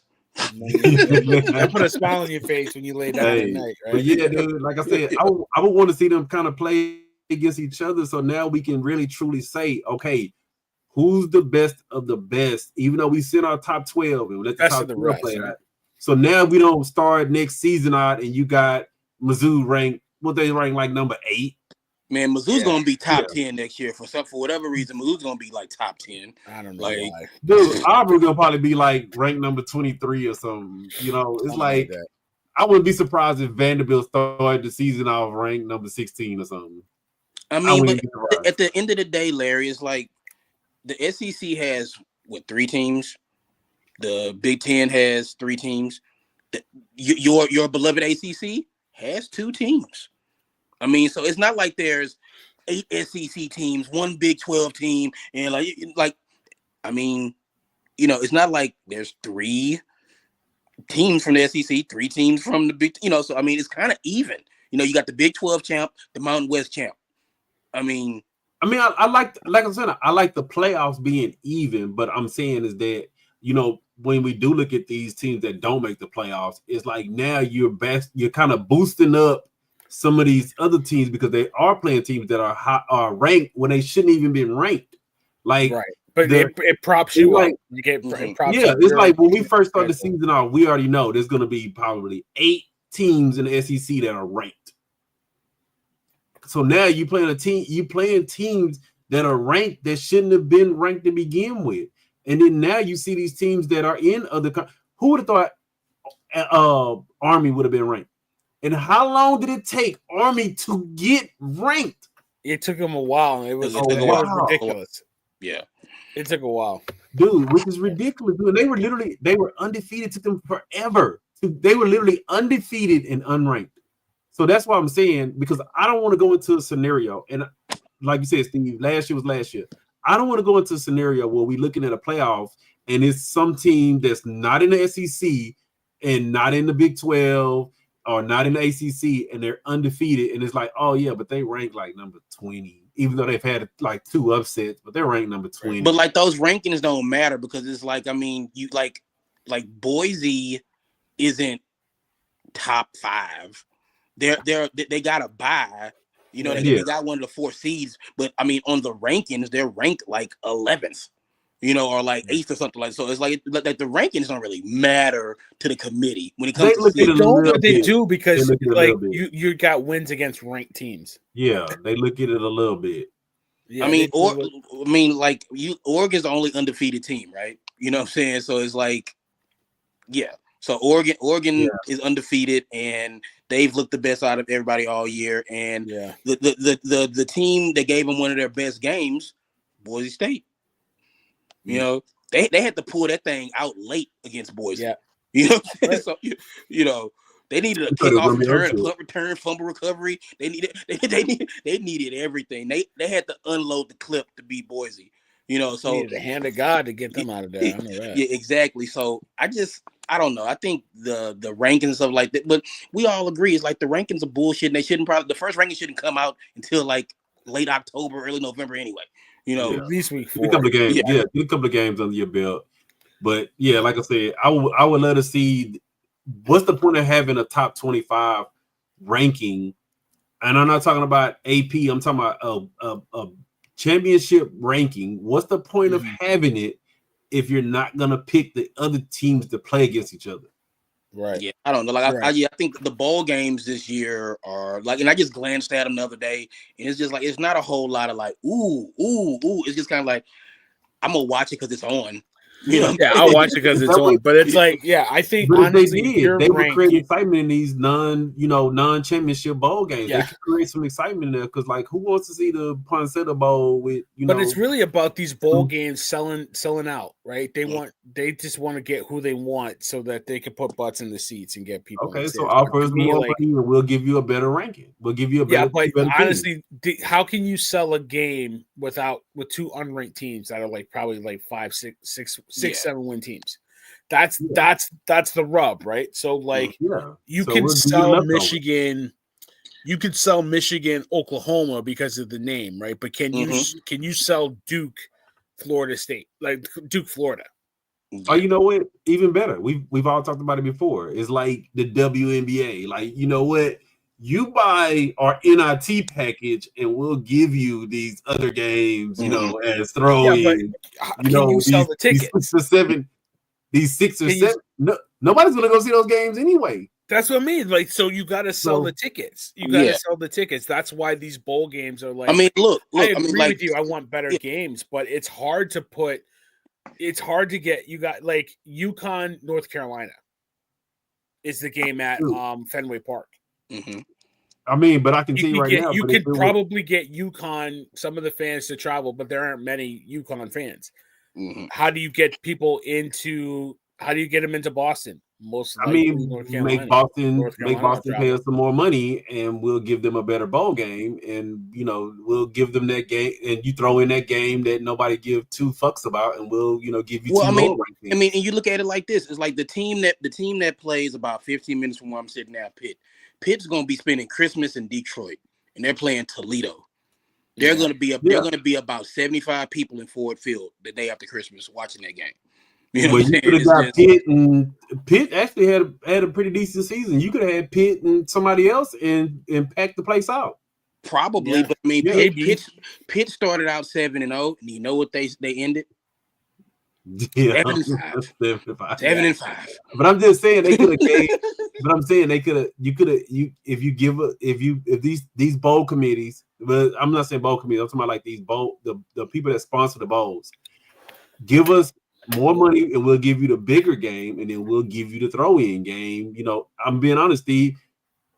And I'm not saying it because I'm from Texas, bro. But if you had Colorado and I don't know South Carolina at Alamo Stadium, that mug is gonna sell out. That mug is gonna be But then how do you sell out the other games? And then we give you the throw-in game. We give you the Alamo Bowl. I mean the what's called a bowl. And we'll give you 2 7 and 16. The Pop-Tart Bowl.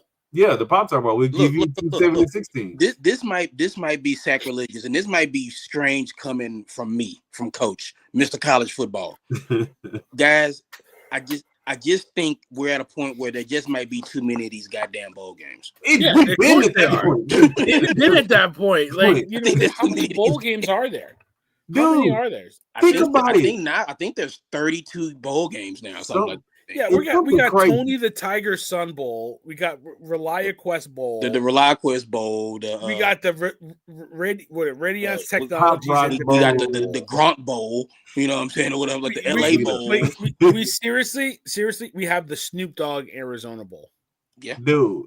Real talk, bro. Which was formerly the Barstool Sports Arizona Bowl.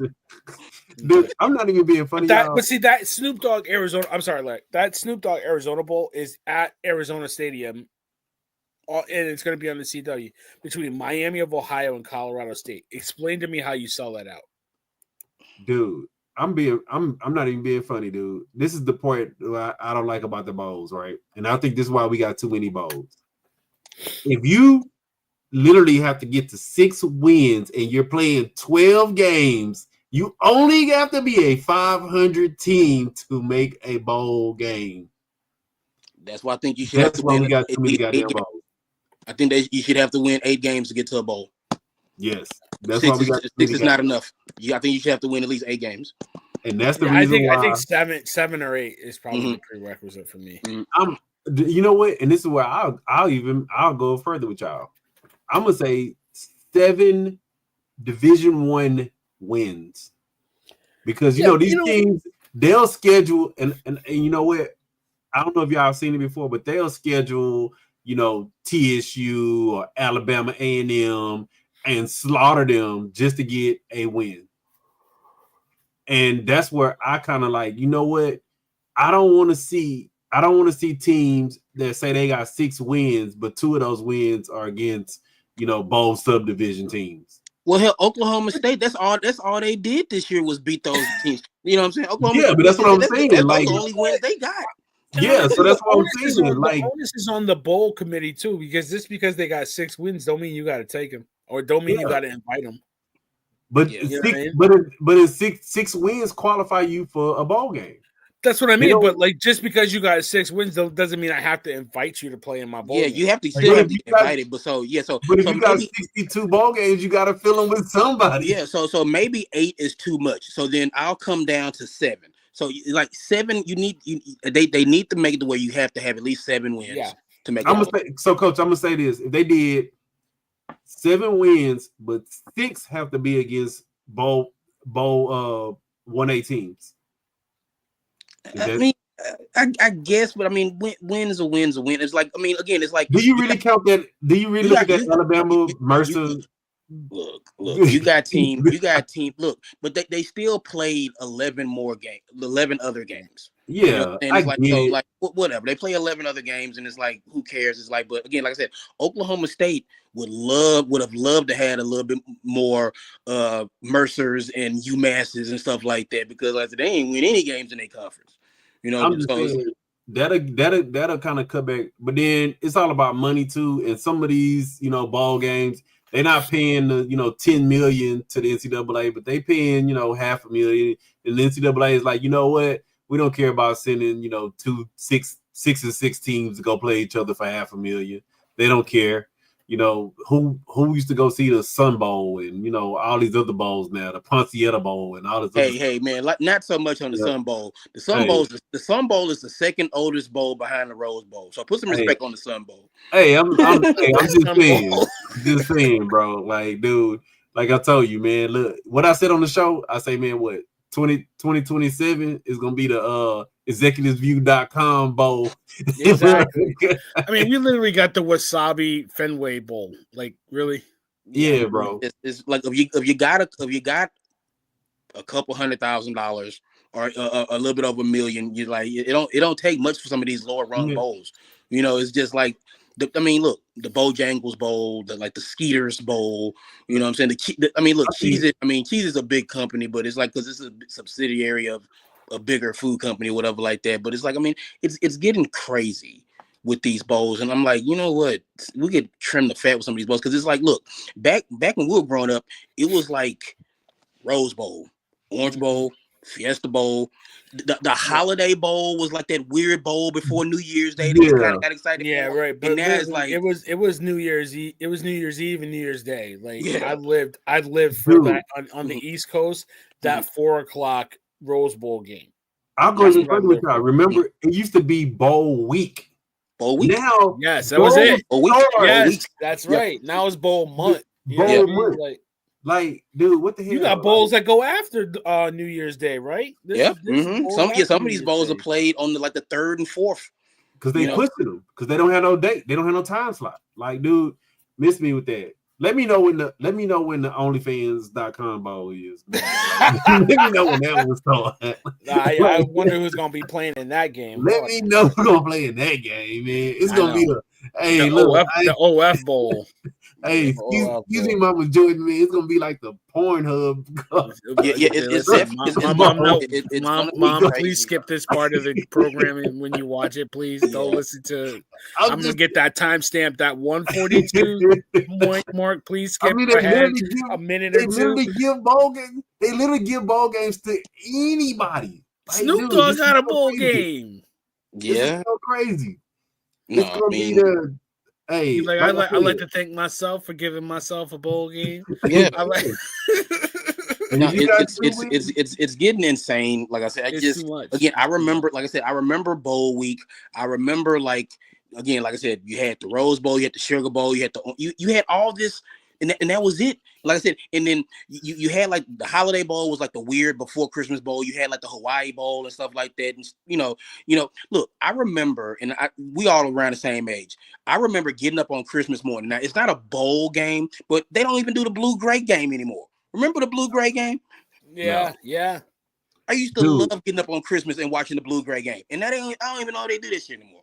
No, the Army Navy game is next week. That's the showcase game in Philadelphia. So we still got that. But no, I agree with you. It's just weird. But this is the crazy part to me. I don't know if y'all used to do it. I used to plot out my bowl week. Oh, of course. This the game on what this. They're literally so like sometimes they're like 5 bowl games on a Wednesday that are on. And you're like, and you only had a couple of channels, right? So you be like, I don't know what I want to really watch. I have to pick and choose one. But I literally used to plot out my bowl week and be like, oh, okay, well, Wednesdays I'm watching this one, Thursday I'm watching this one, Friday I'm watching this one, Saturday I know the big one's gonna come on this day. Like, dude, I wouldn't even be surprised, dude. And y'all know where we're going with this, but we already know we're gonna have one on Christmas Day. NFL's gonna be like, you know what? screw all these bullshit bowl games. You know what? We're gonna have Thursday night football, Friday night football. It's like, you know what? Well, Christmas is on Tuesdays this year, so I wouldn't be surprised. Christmas is on Wednesday this year. Tuesday or Wednesday, right? Tuesday or Wednesday, yeah. So yeah, but we got NFL on Christmas Day. NFL is like the bully. They're like, you know what? Screw anybody else. I mean, the best thing they did was that Black Friday game because that 3:00 game, at least on the East Coast, is pretty money. So yeah, that Black Friday game was money, and then it's like, yeah, I mean, the NFL's just said, you know what, NBA, that little Christmas slot, that's ours now. Y'all good, y'all good. Yeah, y'all scheduling LeBron James patting down his hairline and stuff. Schedule 2 games that day instead of the all day like you used to do. Yeah. Schedule them around our time slots. Like it's crazy, but we'll see. Hey, look, we'll see how this is gonna shake out. We're gonna see. I see some guys already starting to like. I'm declaring for the NFL, which is gonna be nuts. You know, going into these ball games, and it was like, you know what, play for a championship or go get this NFL money. Man, I wish Quinny was player. So real quick, I want to touch on the NFL real quick, but I got to ask, who's winning the Heisman, Larry? I feel like you can't take it away from Travis. Okay. What about you, Coach? I think Hunter will win it, but I think I would vote for Hunter, but I think Genty wins it. I think Genty kind of got it at the buzzer, so to speak. You think so? All right. Yeah, I think his last game was a little bit. Travis's last game was pretty impressive, but I think Gentry is the reason why Boise is where they're at. So I wouldn't be surprised if Gentry wins, but I think Hunter deserves it. You got something like? When was the last 2,000-yard rusher that won the Heisman? Barry Sanders. No, what was that? The dude from Ohio State, right? Yeah, but Barry didn't even win it. Barry didn't even win it, so it's like, didn't Clement win it? No, Claret didn't win it. No. Was Derrick Henry didn't go over 2,000 yards? I don't think so.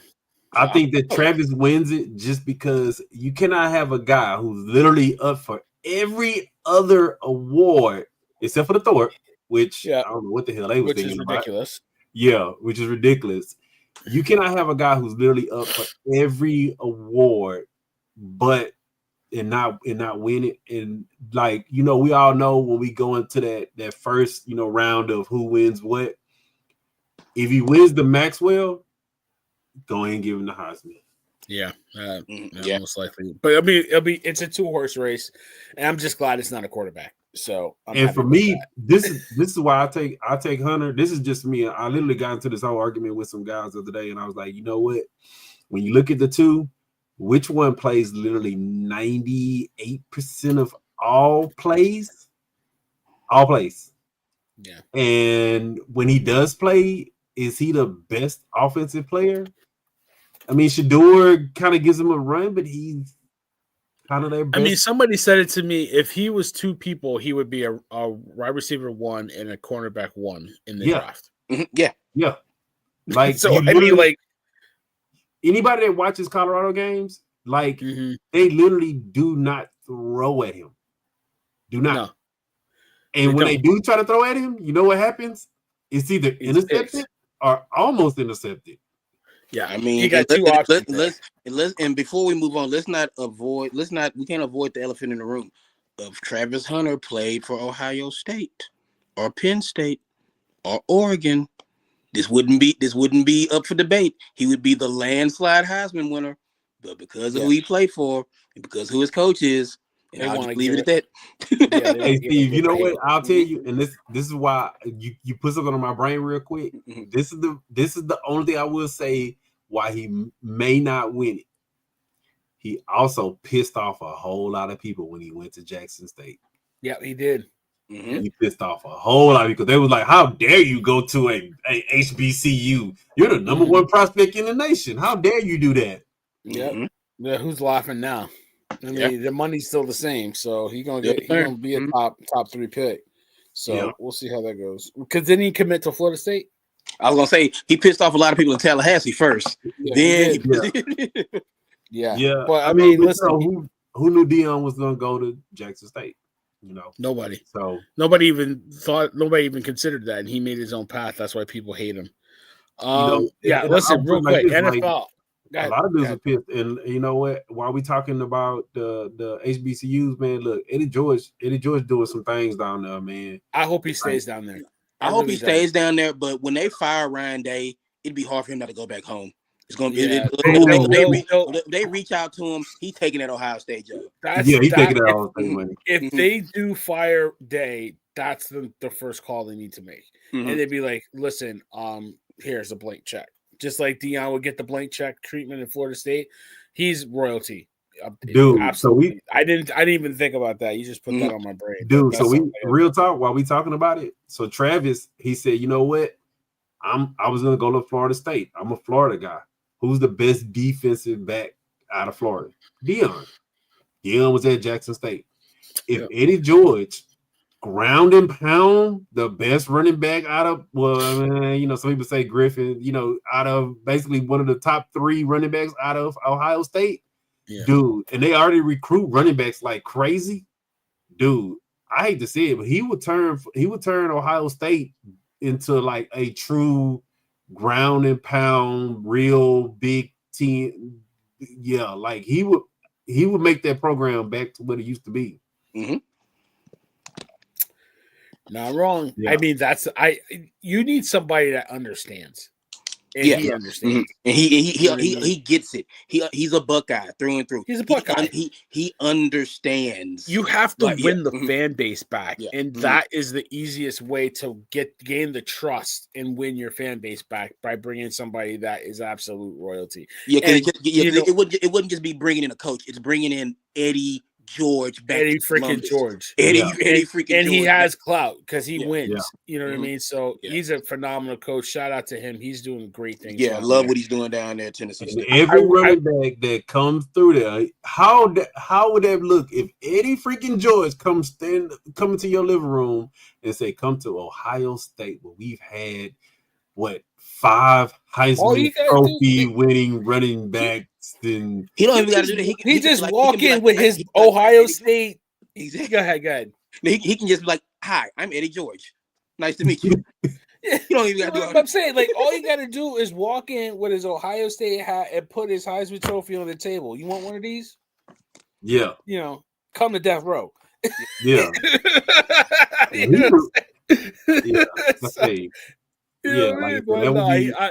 That would be big, but that'd be awesome. We might see it before you know it. Yeah, you never know. I mean, honestly, if he loses to Tennessee, Day is out, and I'm pretty sure they're making calls. But really quickly, NFL this week, we had some interesting games. Buffalo went into LA. They did not play much defense, took a loss. Kansas City, another week, another nail biter, getting out of there with a win. Philadelphia barely winning against Carolina, and the offensive players are complaining. Why is that, dude? Who was it? Brandon? Who was it? Brandon Graham talking? Like, get off the damn podcast. Stop talking. Dallas just being Dallas. The owner thinks he knows everything. Like, how are you going to tell somebody not to block a kick? He's going to go cry in the car. It doesn't make any sense. It just doesn't. And we can kind of like round this thing or whatever like that. But it's just like my thing is like, man, look, we talked about this kind of like in passing, but now I really want to get into this. Like, Bryce Young, kudos to that young man. Absolutely. Because he could have went the other way with this. He could have took his ball and went home. He could have sulked and he could have like complained, but he sat back. And I want to say big ups to Andy Dalton, because Andy Dalton took him and was like, "Look, kid, look.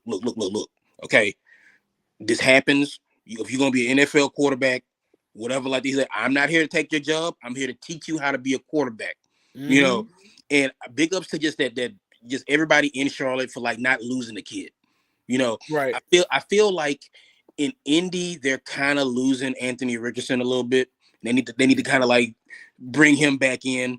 Right. But like everybody in the Panthers organization deserves a little bit of a kudos how they treated this kid. And then big ups to Bryce Young because the Panthers have been a pain in the ass. For a lot of teams. Yeah. So it's like they're playing some inspired football. So big ups to what they're doing in Charlotte because that thing could have went all the way wrong. and they actually is going good. So Leggett looks good. Thielen is playing some really good football. But yeah, to your point, there's a quarterback in New York that sulked and pouted and wanted to be traded. Bryce Young didn't do any of that, and he was the number 1 overall pick. And they got him fixed and they got him right. And now, if the Giants were smart, they would have traded for him like a month or two ago, and they would have got him on the cheap. Now, he is the starter, next year. So, give him credit for bouncing back. I mean, talent. And what's the running back from Texas? He tore his ACL again. Yeah, Brooks tore his ACL again, man. It's just like, damn, that kid just like can't catch a break. Like this. Hey, but big ups to Chuba Hubbard because Chuba Hubbard, he's like, you know what? Quietly, I've had 1,000-yard season. Yeah, pay me my money. But see, Chuba Hubbard was a beast at Oklahoma State, so I knew I was like, whatever team gets him is gonna get a really good back. And yeah, so it's just like he's not doing anything that I didn't think he could do. So it's like, I mean, but again, it's like the Panthers, whatever was going wrong, like they've got it together, and it's not translating to wins. But again, we talked about this with the Giants. It's like the Giants out. The Giants are playing hard. I don't think it's like a lack of talent. They're going out there every Sunday or Saturday or whenever they play, and they're playing hard. The Jets, and I wish Chandler was there. The Jets they're not playing hard. I mean, Aaron Rodgers threw for over 300 yards. Yay. Ooh, Dude, you know what? I wish Chandler was. I wish Unc was on too because he been going so hard at me about my Niners, dude. The Niners aren't giving up, dude. The Panthers aren't giving up. Players don't quit. Giants aren't giving up. They don't give up, man. They don't tank. Players don't tank. Coaches don't tank. You know what I'm saying? You can have less talent, but you don't tank. Like that's why I had this conversation with my boy Anthony. He does the Giants and he does the Knicks show with me occasionally on here. Shout out to Anthony. I was like, listen, the Giants players made a statement when they played against the Bucs, right? They were like, listen, we don't like what's going on, and their play on the field showed that. But the last 2 weeks, they played hard, and they just aren't good enough to win. Yeah, exactly. The 49ers played hard. Look at the Panthers. You think that team should have had any shot of being in a game against the Eagles, who everybody thinks is like one of the best, if not the best team in the NFL right now? Like, they're playing hard, man. They're just not as talented as these teams. It's a talent issue, not an effort issue. Absolutely. Or a coaching issue. You could tell when it's coaching issues versus effort issues. Because Dallas is a coaching issue, and they don't want to admit it. No. Wait. Dallas is an organization issue. Yeah, with the organization empowering it, you know what I mean? But like, so it's like McCarthy's part of like, so it's just, because like, again, we can laugh, we can joke, and the Cowboys are hilarious, as I always say. They are just, they're just a hilarious bunch, but they have talent. That defense played as good as they could play last night, and the special teams, tears and all. You know what I'm saying? And it's like, Parsons walking off, like, literally taking his ball and going home. That's a bad look because he played a hell of a game, and I hate that for him. You know what I'm saying? But it's like that ain't. That's a whole move, man. Like seriously, dude, like there's like 8 seconds left on the clock, man. But you know what, Steve? You kind of hit on the head when you talk about a coaching issue, right? So, tie game, we're running a punt block. They didn't say, hey, if we block the punt, don't touch it. For an organization, come on, we all have to remember the Leon Lett thing. They should have been the one people. You know the rules, bro. You know the rules. Larry, you know the rules. Like, if you block the punt and it goes past the line of scrimmage, get away from. You're screaming fire. Like, literally, I've been on calls all day. And my girl, Cass, shout out to her. She's a Cowboy fan. She's like, I didn't know that was a rule. I was like, yeah, you're taught that. If it goes past, if it's behind the line It's fair game. You could pick it up, scoop and score. If you don't get it, they get the ball. It's still a turnover on downs. Mhm. That's it. You know what I'm saying? So it's no harm, no foul. If it goes past the line of scrimmage, fire. You're screaming. Get away from the ball. I don't know if y'all caught it like I caught it. This was the most hilarious thing about that whole play to me, right? You call the punt block because that's the way they lined up to call a punt block, right? Mm-hmm. The punt is blocked. Even if he would have caught the ball, it's like 6 dudes around you. What the hell are you gonna do? You literally were gonna get tackled right then and there. What were you thinking you were gonna do, bro? Like, I mean, even if you look at when he muffed it, there was no Dallas players nowhere even around. So what? That's what the Cowboys do. Yeah, and I was like, dude, what I put in the chat, if this ain't the most Dallas shit. Yeah, it's very Cowboy. It's on brand for them. That was on brand. But if you look at it though, it's like, dude, and you know what? And I know we talk about it on the show, and I'm not saying it in a joking manner. I really think that, you know, if Steven and whoever else is in Jerry Jones' family, they need to be like, you know what? Look, Jerry, we're gonna have you declared incompetent, bro. Yeah, and we're gonna take this team away from you. Even some of the stuff that he's saying, like, it don't even make no effing sense. Yeah, the math ain't math. How are you gonna sit here and literally say, like, we shouldn't have gone for a punt block? Like, first of all, who the hell asked you? And second of all, you blocked the punt. It was a smart play. It's like mission accomplished. Yeah, like you flipped the field position, we're about to give your team a short field to get a field goal. All you need was a field goal to win the game. You got one of the best, if not the best, field goal kicker in the league. That dude can kick from 60 like it's nothing. Nothing. Dude, they were basically already in his field goal range if they would have just let the ball just roll. Just let it go. Like, you could have kneeled on the ball for 3 plays. And it's like, man, when you watch it, all losses are different, dude. You look at losses and you're like, okay, they don't have enough talent. Oh, it's coaching. That was the whole thing about Aaron Rodgers. They was like, oh, the Jets are a good team. They just need a quarterback. No, all losses do not equate the same to me. You know, when you looked at that Cowboys loss, I'll even go even further. The Bengals have literally been losing every game because their defense can't stop nobody. Joe Burrow been playing out his. Jamar Chase is a absolute monster, bro. Them 2 dudes have been playing out of their mind, and for the Cowboys to blow that game against the team who's literally been blowing leads all season, like, dude. Because I'm looking at like Burrow. I have him for both of my fantasy teams, and he's if not the biggest reason why I'm in the playoffs because of him. Like, he's playing out of his mind. If they were above 500 team, he'd be an MVP candidate. That's how good. That's how good he's playing.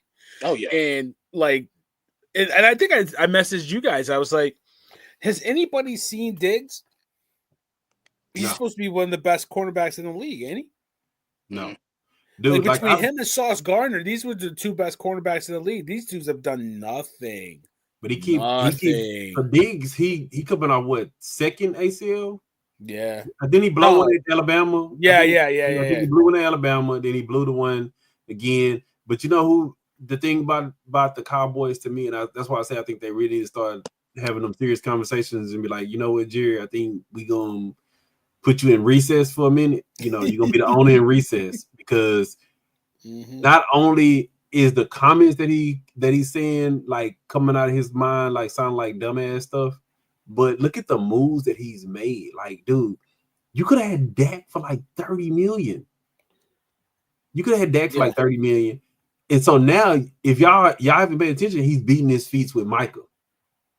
So now, what do you do with Micah? So now, and then not just Micah. Now you got so many holes on this team. It don't make no sense. And we all know Jerry makes all of decisions. Like, Jerry is the one who said, you know what, Jerry, I think we need like these big 6'7", 300-pound defensive tackles to stop this run. No, I think I want a wide receiver. No, I think we need a fourth rounder. Yeah, I think we need another this. Like Jerry makes these decisions for the Cowboys. Like Jerry says, no, we don't pay Derrick Henry $8 million, which in Texas is like $10 million. Like Jerry makes these decisions, and that's the most the Jerry. I'm gonna say it on the air right now. Mike McCarthy gonna probably be their coach again next year, and it's gonna be Jerry. Absolutely. He's absolutely coming back because you could justify it by the fact that they're playing hard. They haven't quit, even though they got a backup quarterback. They're still technically in the playoff race. Like he'll be back. But what's been the knock on him the whole time he's been in the Cowboys? What's been the knock on him? Time management and coaching decisions. They lost last night. That was coaching last night why they lost. Yeah, outside of Belichick, there's nobody more qualified, they'll say. Yeah, and that's it. It's hilarious. It's hilarious. It's funny because, like I said, these are the reasons why they keep losing, and losses do matter. And when you look at, I want to take y'all opinion on it, right? Right now, if Carolina played the Cowboys, who do y'all think will win? Carolina. Carolina will beat them, and that's how bad they look. Yeah, because I'm here for it. The thing with the Cowboys is, and I hate to turn this into like Star Talk, but it's like the type of coach the Cowboys need can't exist with Jerry Jones being in charge. Hell no. That's what I said. They need to talk to him, and they need to be like Jerry.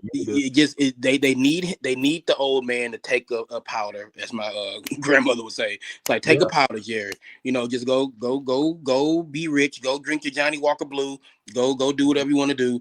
It's like let some Johnny real Walker Blue is delicious. It's fantastic, and whenever they show Jerry, it look like he just had a cup. You know what I'm saying? Mm-hmm. But it's like so. The type, because we saw it, like we can go back to Parcells. It's like the type of coach that the Cowboys need can't exist with Jerry Jones. You can go all the way back to Jimmy Johnson. The Cowboys probably should have won 7 Super Bowls in the 90s, but because Jerry Jones's ego wouldn't let somebody else be the man or the architect, get the credit for it. How long did he keep Garrett that he should have been fired him? Oh man, that guy had 9 lives and plus 1. Like it was ridiculous. He's like Garrett. I mean, it's like after Parcells, then that's when you have like the Dave Campo stuff like that. And because these are guys that Jerry Jones can push around. He's like, yes sir, Mr. Jones, yes sir. Like you right, Mr. Jones. We should draft a punter in the 4th round, Mr. Jones. You're right. You know what I'm saying? Yes. It's like no, no. It's like no. It's just like again. I wish Unc was here. Because it's the same thing with the Jets. Woody Johnson thinks he's the smartest guy in the room, and he's not.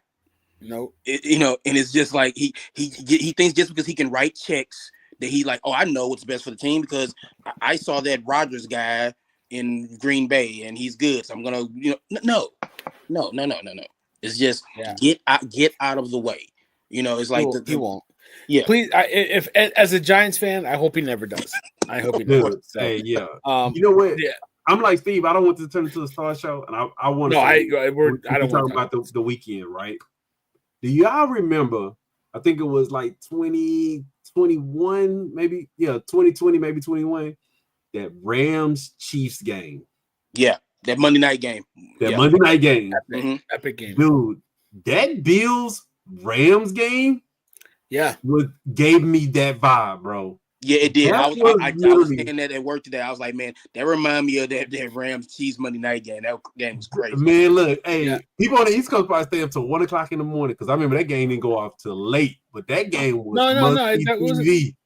Oh, the Monday night game. Monday night game. Yeah. That was late on late because they went into overtime. That Monday night game, and like that Rams and Bills game, dude, that was popcorn. Like, dude, you was watching Puka, dude.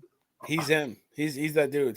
I don't know how they found him, but like they single-handedly won me my fantasy matchup this week. Thanks, Puka. Yeah, there you go.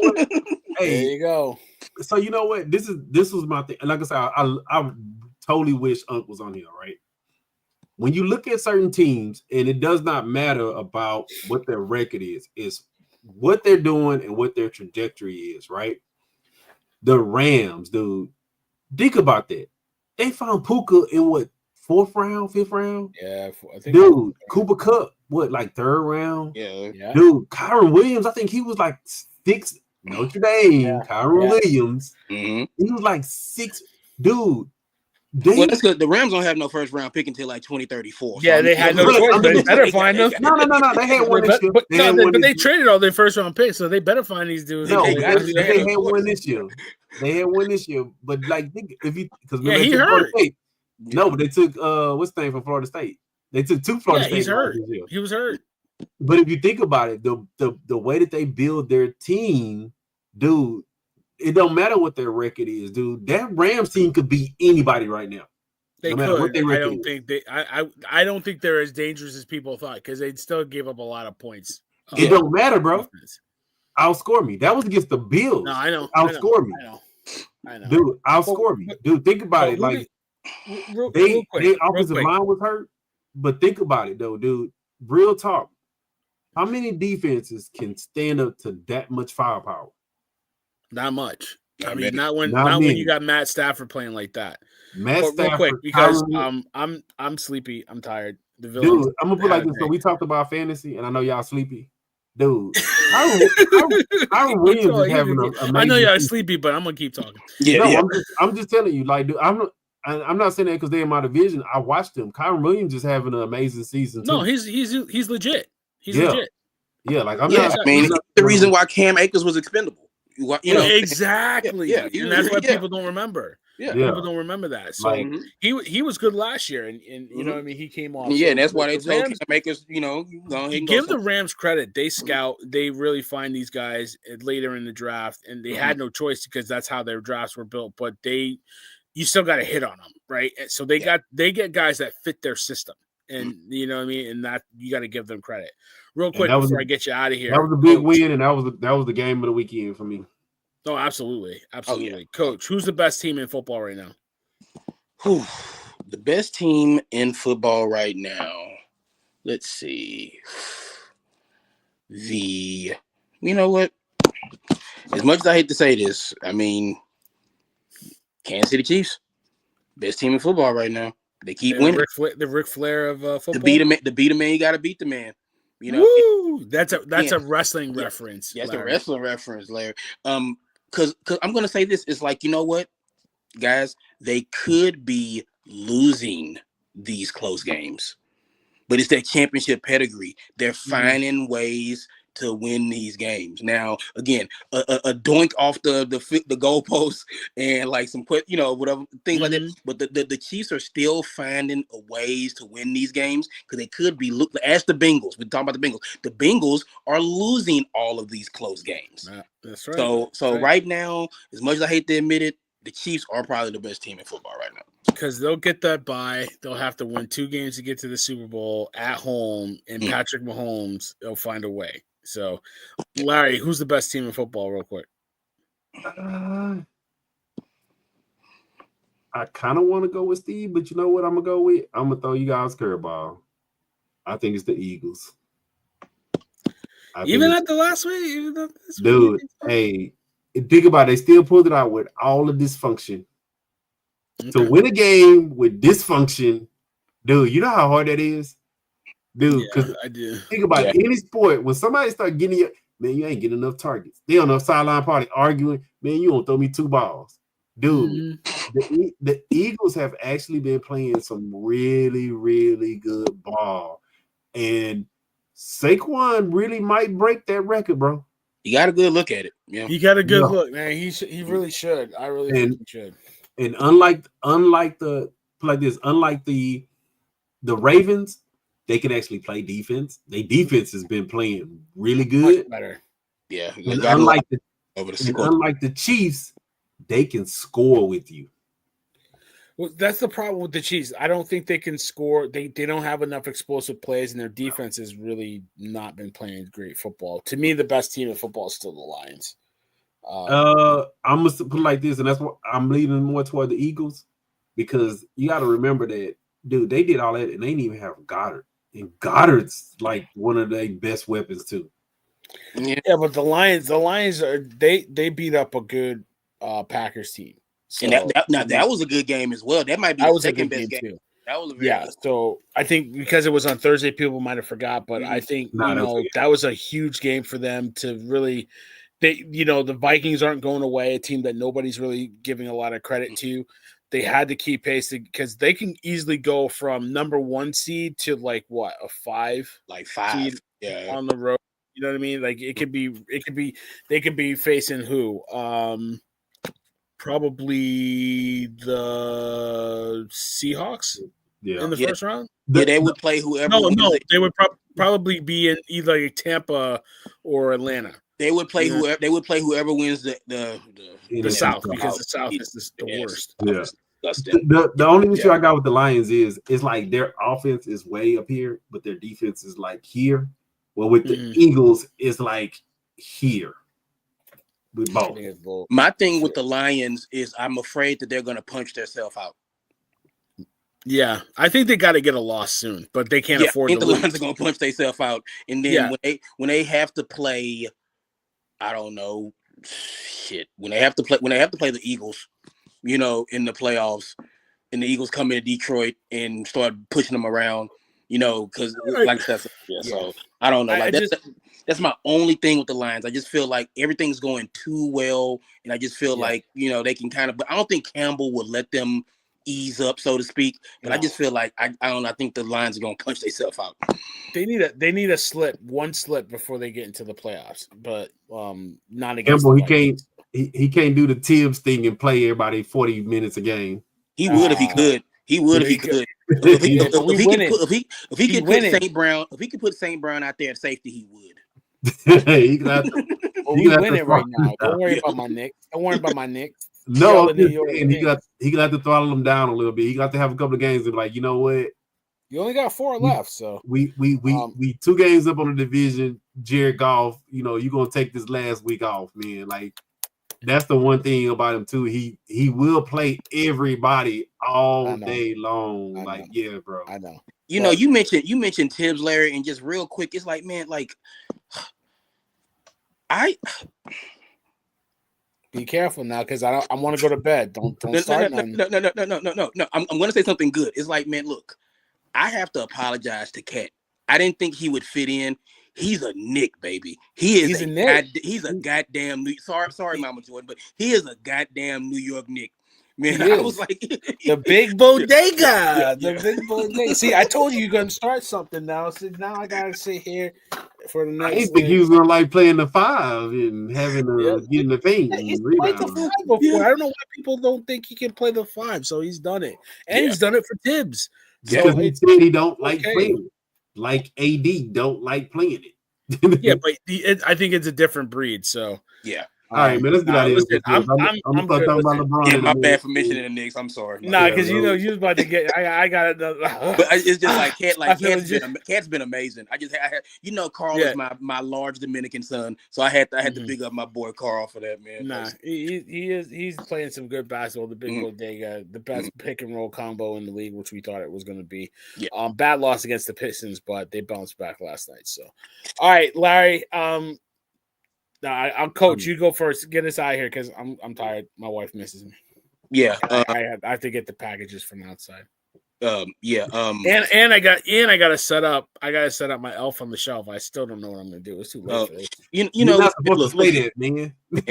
Look here, she don't watch. It's like, look, man. Y'all kids be good or Santa not coming. I'm not doing it on the show. Y'all behave. I'll send you all my pictures of what I've been doing, man. I've been on. It's like y'all be good or Santa's not coming. Like I'm not doing all that elf on the shelf.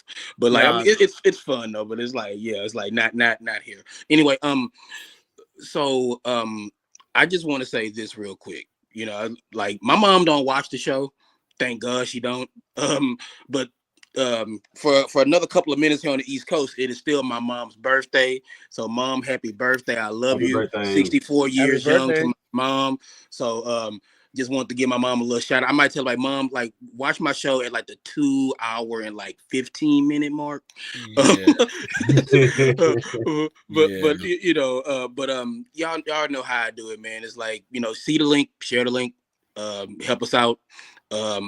So God is good all the time.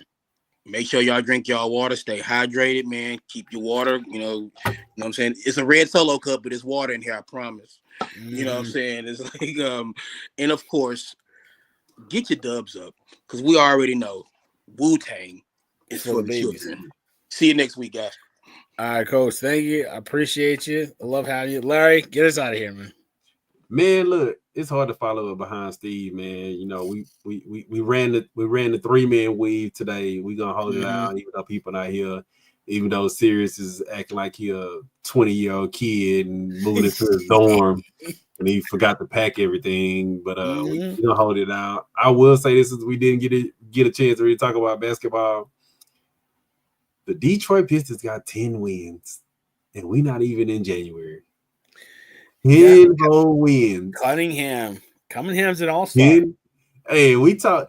You know what? I really think that our show is starting to grow. I think people re-listen to us because we were talking. Excuse me, Mama Jordan. We was talking so much shit about the Pistons. The Pistons got 10 wins. We was talking so much shit about Clemson. Clemson's in the playoffs. In the playoffs. I think people really starting to watch us now, and they like, you know what? Them guys on the executive view was talking shit about us. We need to get our shit together. We need to get it together, man. Yeah, look, I think they watching us, man. Look, we appreciate it, though. Hey, look, hopefully more people will get their shit together. Hopefully Bronny James will average more than 0.5 points. But yeah, it's always a pleasure, man. I'm gonna let you get out of here, get some sleep, man. Get your F on the shelf and get a good night's sleep in. I got a good idea for it, so I appreciate it. Thank you, brother. All right, that's a bit. All right, I'm out. Listen, thank you everybody for listening to the show today. It's been a pleasure. Sirius definitely left us because he had to do his thing. He had to get moved. But we appreciate everybody, friends of the program. Shout out to Sirius. Shout out to the crew, Coach. Shout out to LG. We all doing big things, man. Listen, I don't do it's your boy villain. Listen, it's the villain, man. We're here, the executives, we're growing, we're doing big things. We appreciate doing the show with you. Listen to Sirius show. He does the Steelers show with his dad. It's a great listen. We'll have another WWE show probably pretty soon. Figure out that logistics as we're heating up. It's mommy time on Raw. Oh, she was looking good last night, so it was awesome. But listen, you like the link? Share the link. Let a friend know. We doing big things. Listen to us. We here. All right. Peace.